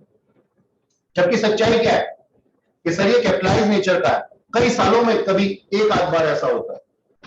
ठीक है ना? अच्छा सर, तो ये चीज है हमारे पास में। हाँ बेटा, और कोई पॉइंट पूछो अगर किसी ने पूछना है तो। पक्की बात है, मैं कोई बेइज्जती नहीं करूंगा। रिजल्ट पहले तो आप सुनाते हो, मैं सुनाता नहीं हूं, बस मजाक करता हूं थोड़ा सा। ईगो पे मत लेके जाया करो उसको। ऑनलाइन वाले गूंगे बच्चे भी बोल सकते हैं। सर क्लियर है। क्लियर? ठीक है, ठीक है जी। ये हमारे पास में हमने सारे के सारे एडजस्टमेंट लिखे और इनकम एंड एक्सपेंडिचर अकाउंट अब हमें बनाना है। बनाए? ठीक है, चलो। सर बोलिए सर। सर एक चीज, जैसे आपने जो ओपनिंग बैलेंस शीट बनाई थी अभी 2013 की, उसमें जैसे जो आपने एडजस्टमेंट्स डाले थे, वो ज्यादातर जो अदर इन्फॉर्मेशन में दिए होते हैं वो होते हैं, और जो जहाँ की जो मतलब रिसिपेंट पेमेंट में भी जो दिए होते हैं वो भी जाते हैं, जो ओपनिंग होते हैं। जो ओपनिंग होते हैं, क्या एक बार फिर बोलना बेटा? सर जो सिर्फ ओपनिंग ही जाएंगे ना उसमें, तो मतलब जो अदर में इंफॉर्मेशन में भी दिया, एडजस्टमेंट में भी दिया ओपनिंग वो, और जो जैसे रिसिप्ट पेमेंट इसमें बना हुआ है, इसमें भी अगर ओपनिंग अगर दिए होते कोई तो वो जाएंगे। रिसीट एंड पेमेंट के अंदर ओपनिंग आउटस्टैंडिंग कैसे आ सकते हैं? Receipt and payment account is nothing but a cash account, and cash account is totally based on received और पेमेंट ट्रांजैक्शंस। आउटस्टैंडिंग और अक्रूड कैसे आ सकते हैं? सबसे पहले मेरी बात, यहां आपको कहीं ये दिखाई दे सकता है कि आउटस्टैंडिंग सर मैं ओपनिंग का पूछ रहा था। एसेट्स और लायबिलिटी पूछ रहे हैं आप? Opening and closing. हाँ एक सेकंड, शायद मेरे को इनकी बात समझ नहीं आ पा रही। एक मिनट बेटा, आप चुप रहो, इनको आपकी बात समझ में आ गई है। वो कहते हैं ना, गूंगे की भाषा गूंगे की माँ पहचाने। ये एक कहावत होती है पंजाबी में। तो खैर, इनको आपकी बात समझ में आ गई, ये मेरे को समझाने वाले। बताइए क्या कह रहे हैं ये? पहले मास्क उतार करके पूछो।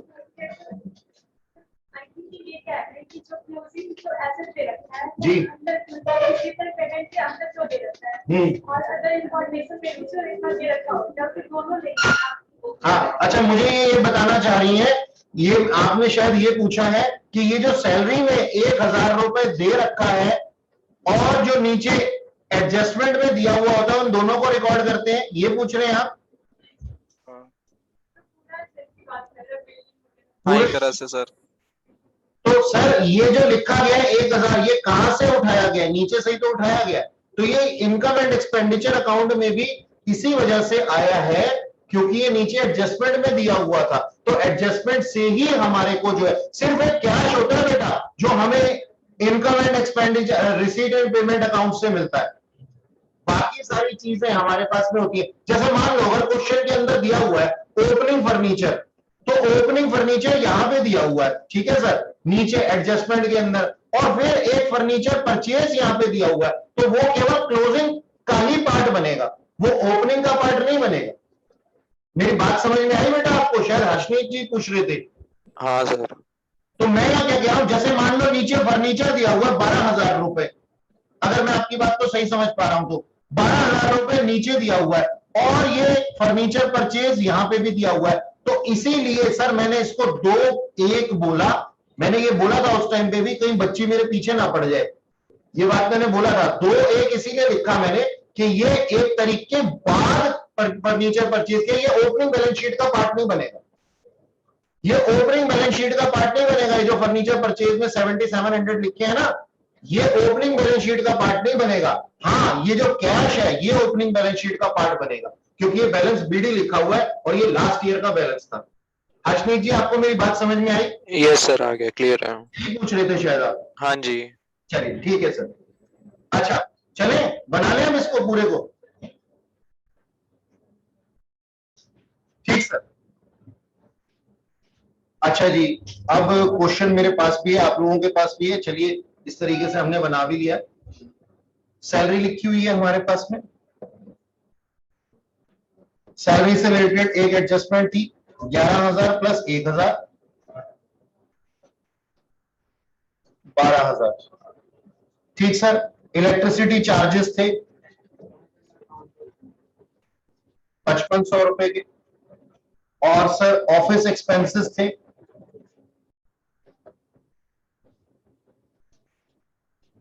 4100 के। प्रिंटिंग एंड स्टेशनरी था 2300 का। रिपेयर्स थे ऑफ ग्राउंड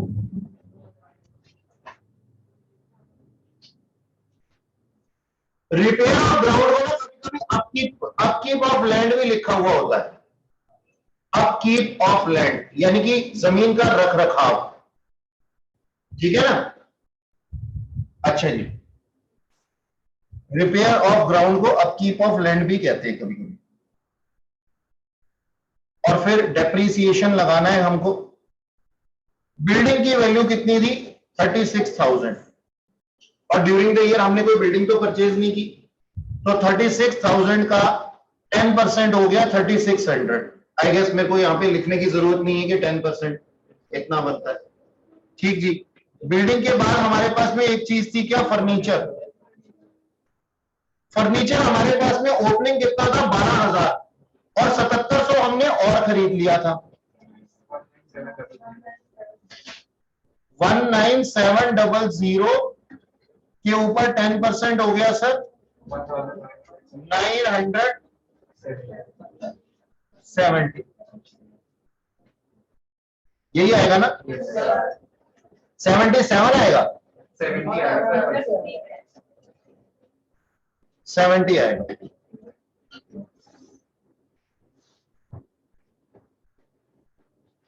फर्नीचर के बाद में स्पोर्ट्स इक्विपमेंट्स थे हमारे पास।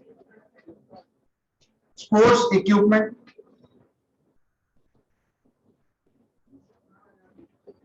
कितने के थे हमारे पास में ओपनिंग में? ओपनिंग में कितने थे? ओपनिंग में 15,000 थे, 17,500 थे। और फिर हमने परचेज कितना किया था उसको? 12,000 रुपए का परचेज किया था। और कुछ सेल भी कर दिया था हमने।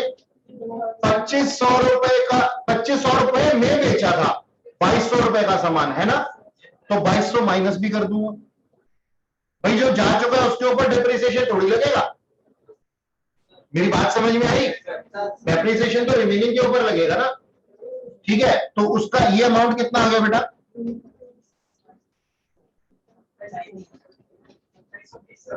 2830।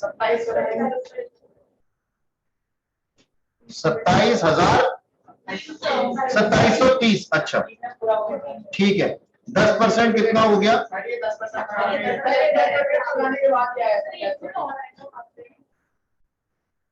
ऐसे मत किया करो यार मेरे साथ, मैं भरोसा करता हूं तुम्हारे।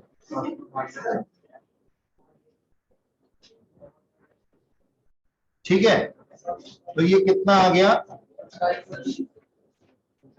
2730। अच्छा,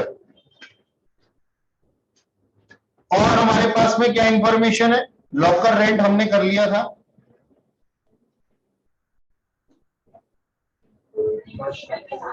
प्रॉफिट्स ऑन, एक मिनट,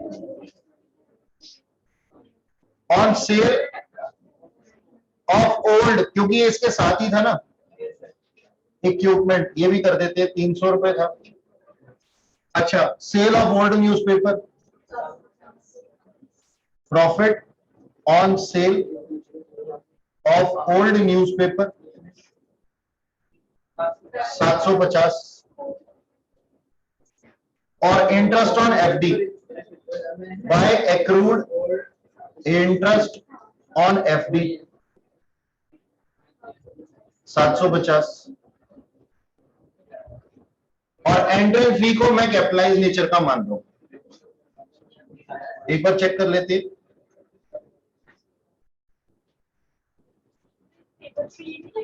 क्या क्या क्या लगेगा जी, बिल्कुल लगेगा।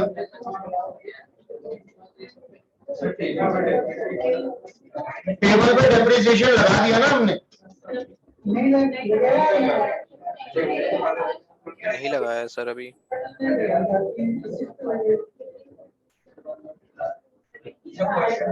स्पेसिफिक मेंशन कर रखा है चीजों को।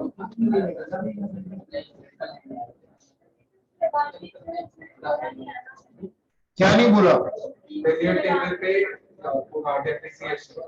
बिलियर्ड टेबल पे डेप्रिसिएशन लगा हुआ, ऐसा नहीं बोला हुआ क्या क्वेश्चन में? चेक कर लेते हैं, चेक कर लेते हैं। लिखा हुआ है बिल्डिंग फर्नीचर स्पोर्ट्स इक्विपमेंट, हाँ जी। और बिलियर्ड टेबल तो हमने अभी, हाँ ठीक है। लेकिन बात सुनो, ध्यान से सुनना मेरी बात, आपका आंसर गलत नहीं होगा। मेरी बात सुनो, अगर मैं इस क्वेश्चन के अंदर अभी ये भी लिख देता हूं ना कि depreciation on all fixed asset, तो उसके अंदर बिलियर्ड टेबल पे भी लग सकता है। सुनो अब मेरी बात सर, फिर तो हमारा आंसर मिसमैच हो जाएगा। बिल्कुल नहीं होगा, क्योंकि आपने उसके एक्सपेंडिचर को कहां पे ट्रीट कर दिया? इनकम एंड एक्सपेंडिचर अकाउंट में, और एसेट में से वो वैल्यू माइनस कर दी। अगर आप एसेट में से वो वैल्यू माइनस नहीं करते हैं, एज इट इज लिख देते हैं, तो भी आपकी बैलेंस शीट, क्योंकि वो डेप्रिसिएशन आपको कहां ऐड करने वाला है? आपके डेफिसिट और सरप्लस को। और वो डेफिसिट और सरप्लस कहां आने वाले हैं सर? लायबिलिटी साइड पे आने वाले हैं। तो वो ऑटोमेटिकली अपने आप मैच कर जाएगा। तो अगर आप यहां देखो, मेरे को जो कंफ्यूजन हुई उसका जस्टिफिकेशन दे रहा हूं। मैंने यहां पे अपने मन में क्या सोच लिया, मैंने यहां पे अपने मन में क्या सोच लिया कि depreciation on all fixed asset. आपके साथ भी ऐसा हो सकता है, कोई बात नहीं। तो उसके बाद में आपको ना गंद मचाने की जरूरत नहीं है, नीचे एक नोट डाल देंगे कि depreciation provided on all fixed asset at the rate 10% per annum. That's it. बात समझ में आई? ओके, हमारा आंसर सही आएगा, बिल्कुल सही आएगा। अच्छा सर, तो यहां पे कुछ बचा तो नहीं है? चेक कर लिया मैंने भी और आपने भी बैलेंस शीट के। अब यहां पे जरा चेक करो, इनकम एंड एक्सपेंडिचर अकाउंट में क्या आ रहा है?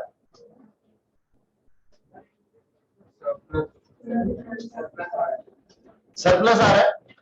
हाँ सर, मेरे को कुछ आवाज आ रही थी, एक चीज पूछनी थी, बोलिए। कोई बीच में कुछ पूछना चाहता है क्या?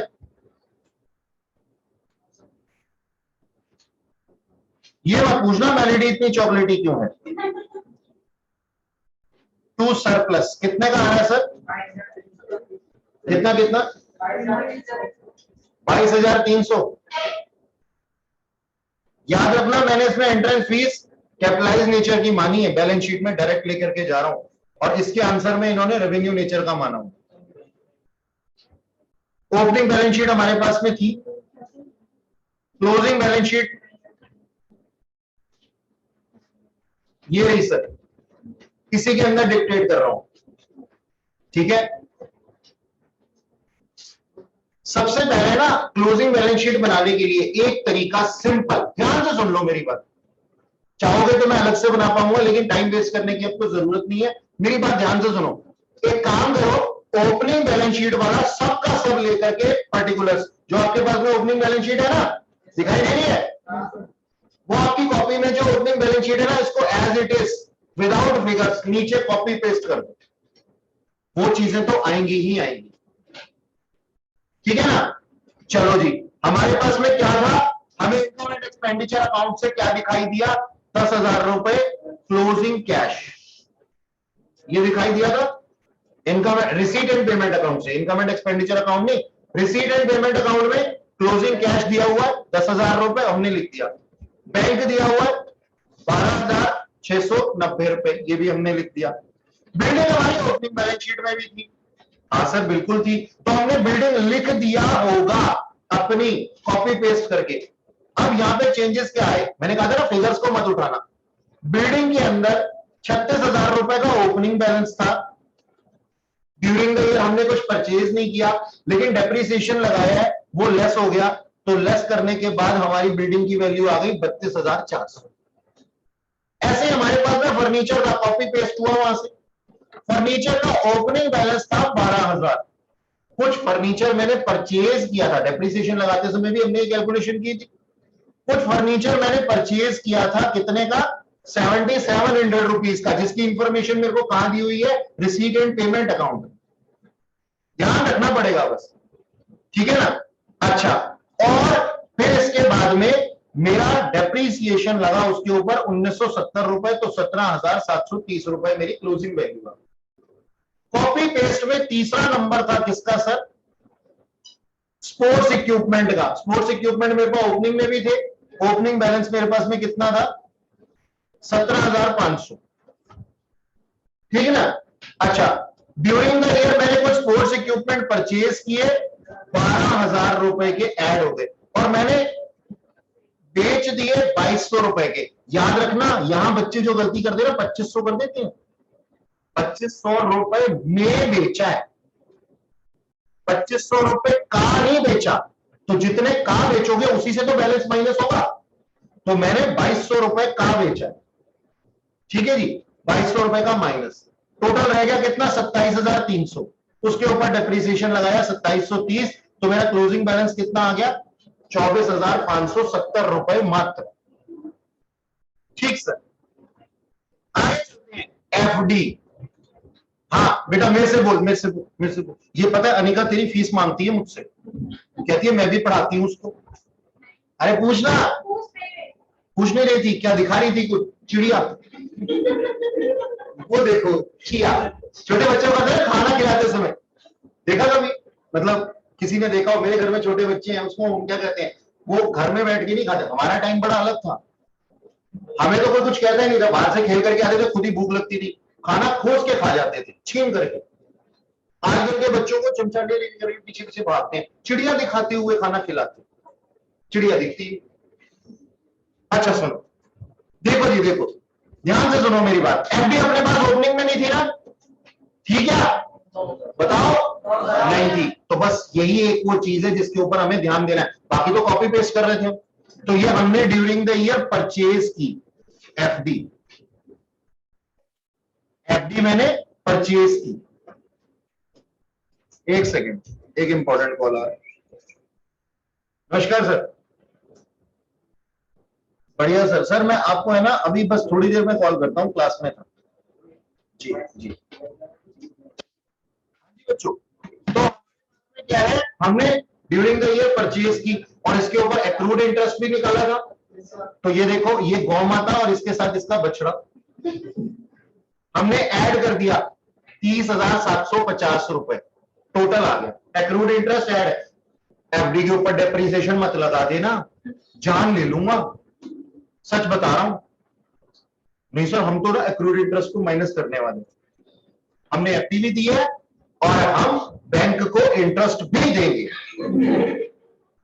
तो जो बच्चों की कॉपीज में मेरे को पता क्या हो रहा है, बच्चा ना ऊपर से अंधाधुंध चलाते हुए आ रहा है, ये देख रहे हो ना, यहां से चलाते हुए आ रहा है अंधाधुंध, ये इधर से, और हर बार वो डेप्रिसिएशन माइनस कर रहा है। अब उसके हाथ में आ गया एफडी, एफडी के अंदर लिखा हुआ है एक्रूड इंटरेस्ट, उसको मालूम है अच्छे से कि वो इनकम है, लेकिन अंधाधुंध चलाते हुए आ रहा है ऊपर से, एक्रूड इंटरेस्ट माइनस। लो जी, हमने ड्यूटी स्पॉट लगा दिया। क्वेश्चन में तेरे को गलत करके दिखाऊंगा तो पूरा सही हो कैसे जाएगा? भैया ध्यान से, होशो हवास में क्वेश्चन करना है। एक्रूड इंटरेस्ट ऐड, मतलब मेरे को जब ऐसे ऐसे क्वेश्चन आते हैं ना, और सामने से बच्चे का भी पता होता है कि यार नहीं ये बच्चा तो ऐसा नहीं है, उसके ऊपर डबल गुस्सा आता है, उसके ऊपर डबल गुस्सा आता है, यार देखो नालायक ने कैसी गलती की।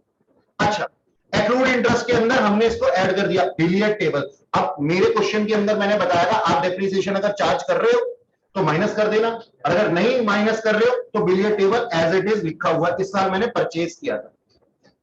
तो हर्षमीत जी ध्यान से सुन लीजिए, हमारे को क्लोजिंग बैलेंस शीट बनाते समय दोनों चीज का खास ख्याल रखना पड़ेगा। ओपनिंग बैलेंस शीट में जो चीजें थी वो, और रिसीट एंड पेमेंट अकाउंट में जो चीजें थी वो। जबकि ओपनिंग बैलेंस शीट बनाते समय हमें केवल एडजस्टमेंट का ध्यान करना पड़ता है, और केवल कैश के लिए रिसीट एंड पेमेंट अकाउंट के पास में जाना पड़ता है। ठीक जी, ये रूल बना लो। अच्छा, सब्सक्रिप्शन आउटस्टैंडिंग, अब कहां पे आ गए?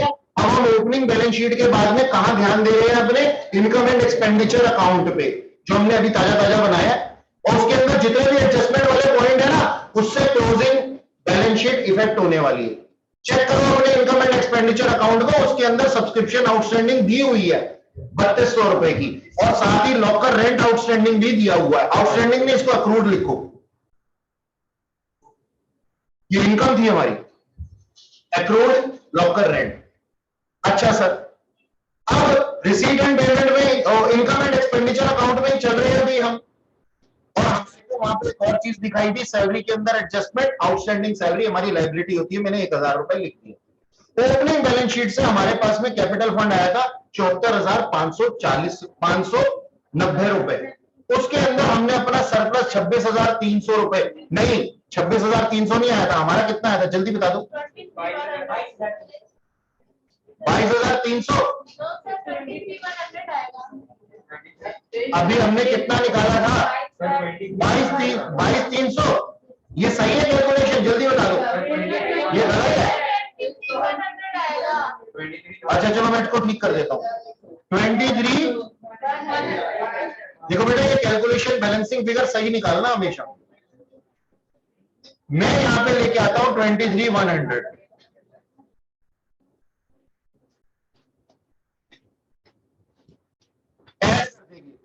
ठीक है जी। कितना आ जाएगा बताओ? 74,540 रुपए में 590 रुपए में 23,100 रुपए अगर ऐड कर देते कितना आ जाता है? हाँ,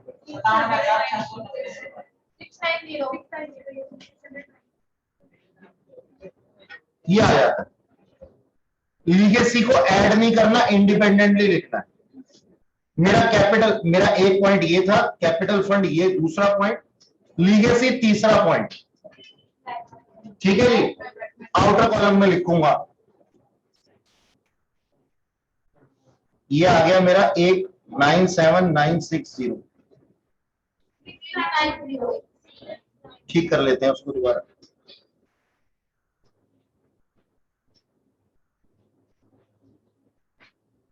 97, ठीक,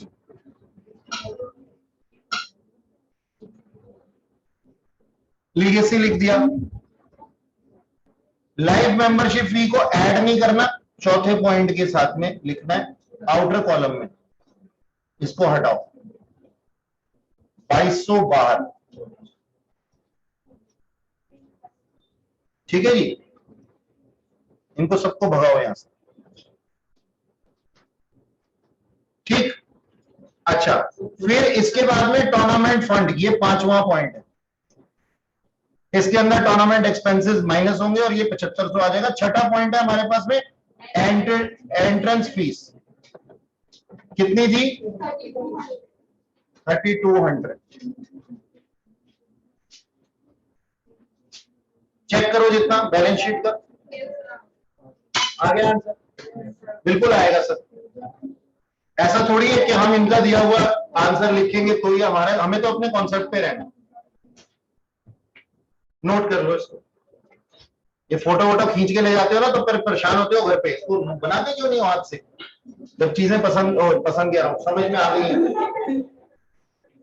हर चीजें समझ में आ जाती है तो पसंद अपने आप आ जाती है।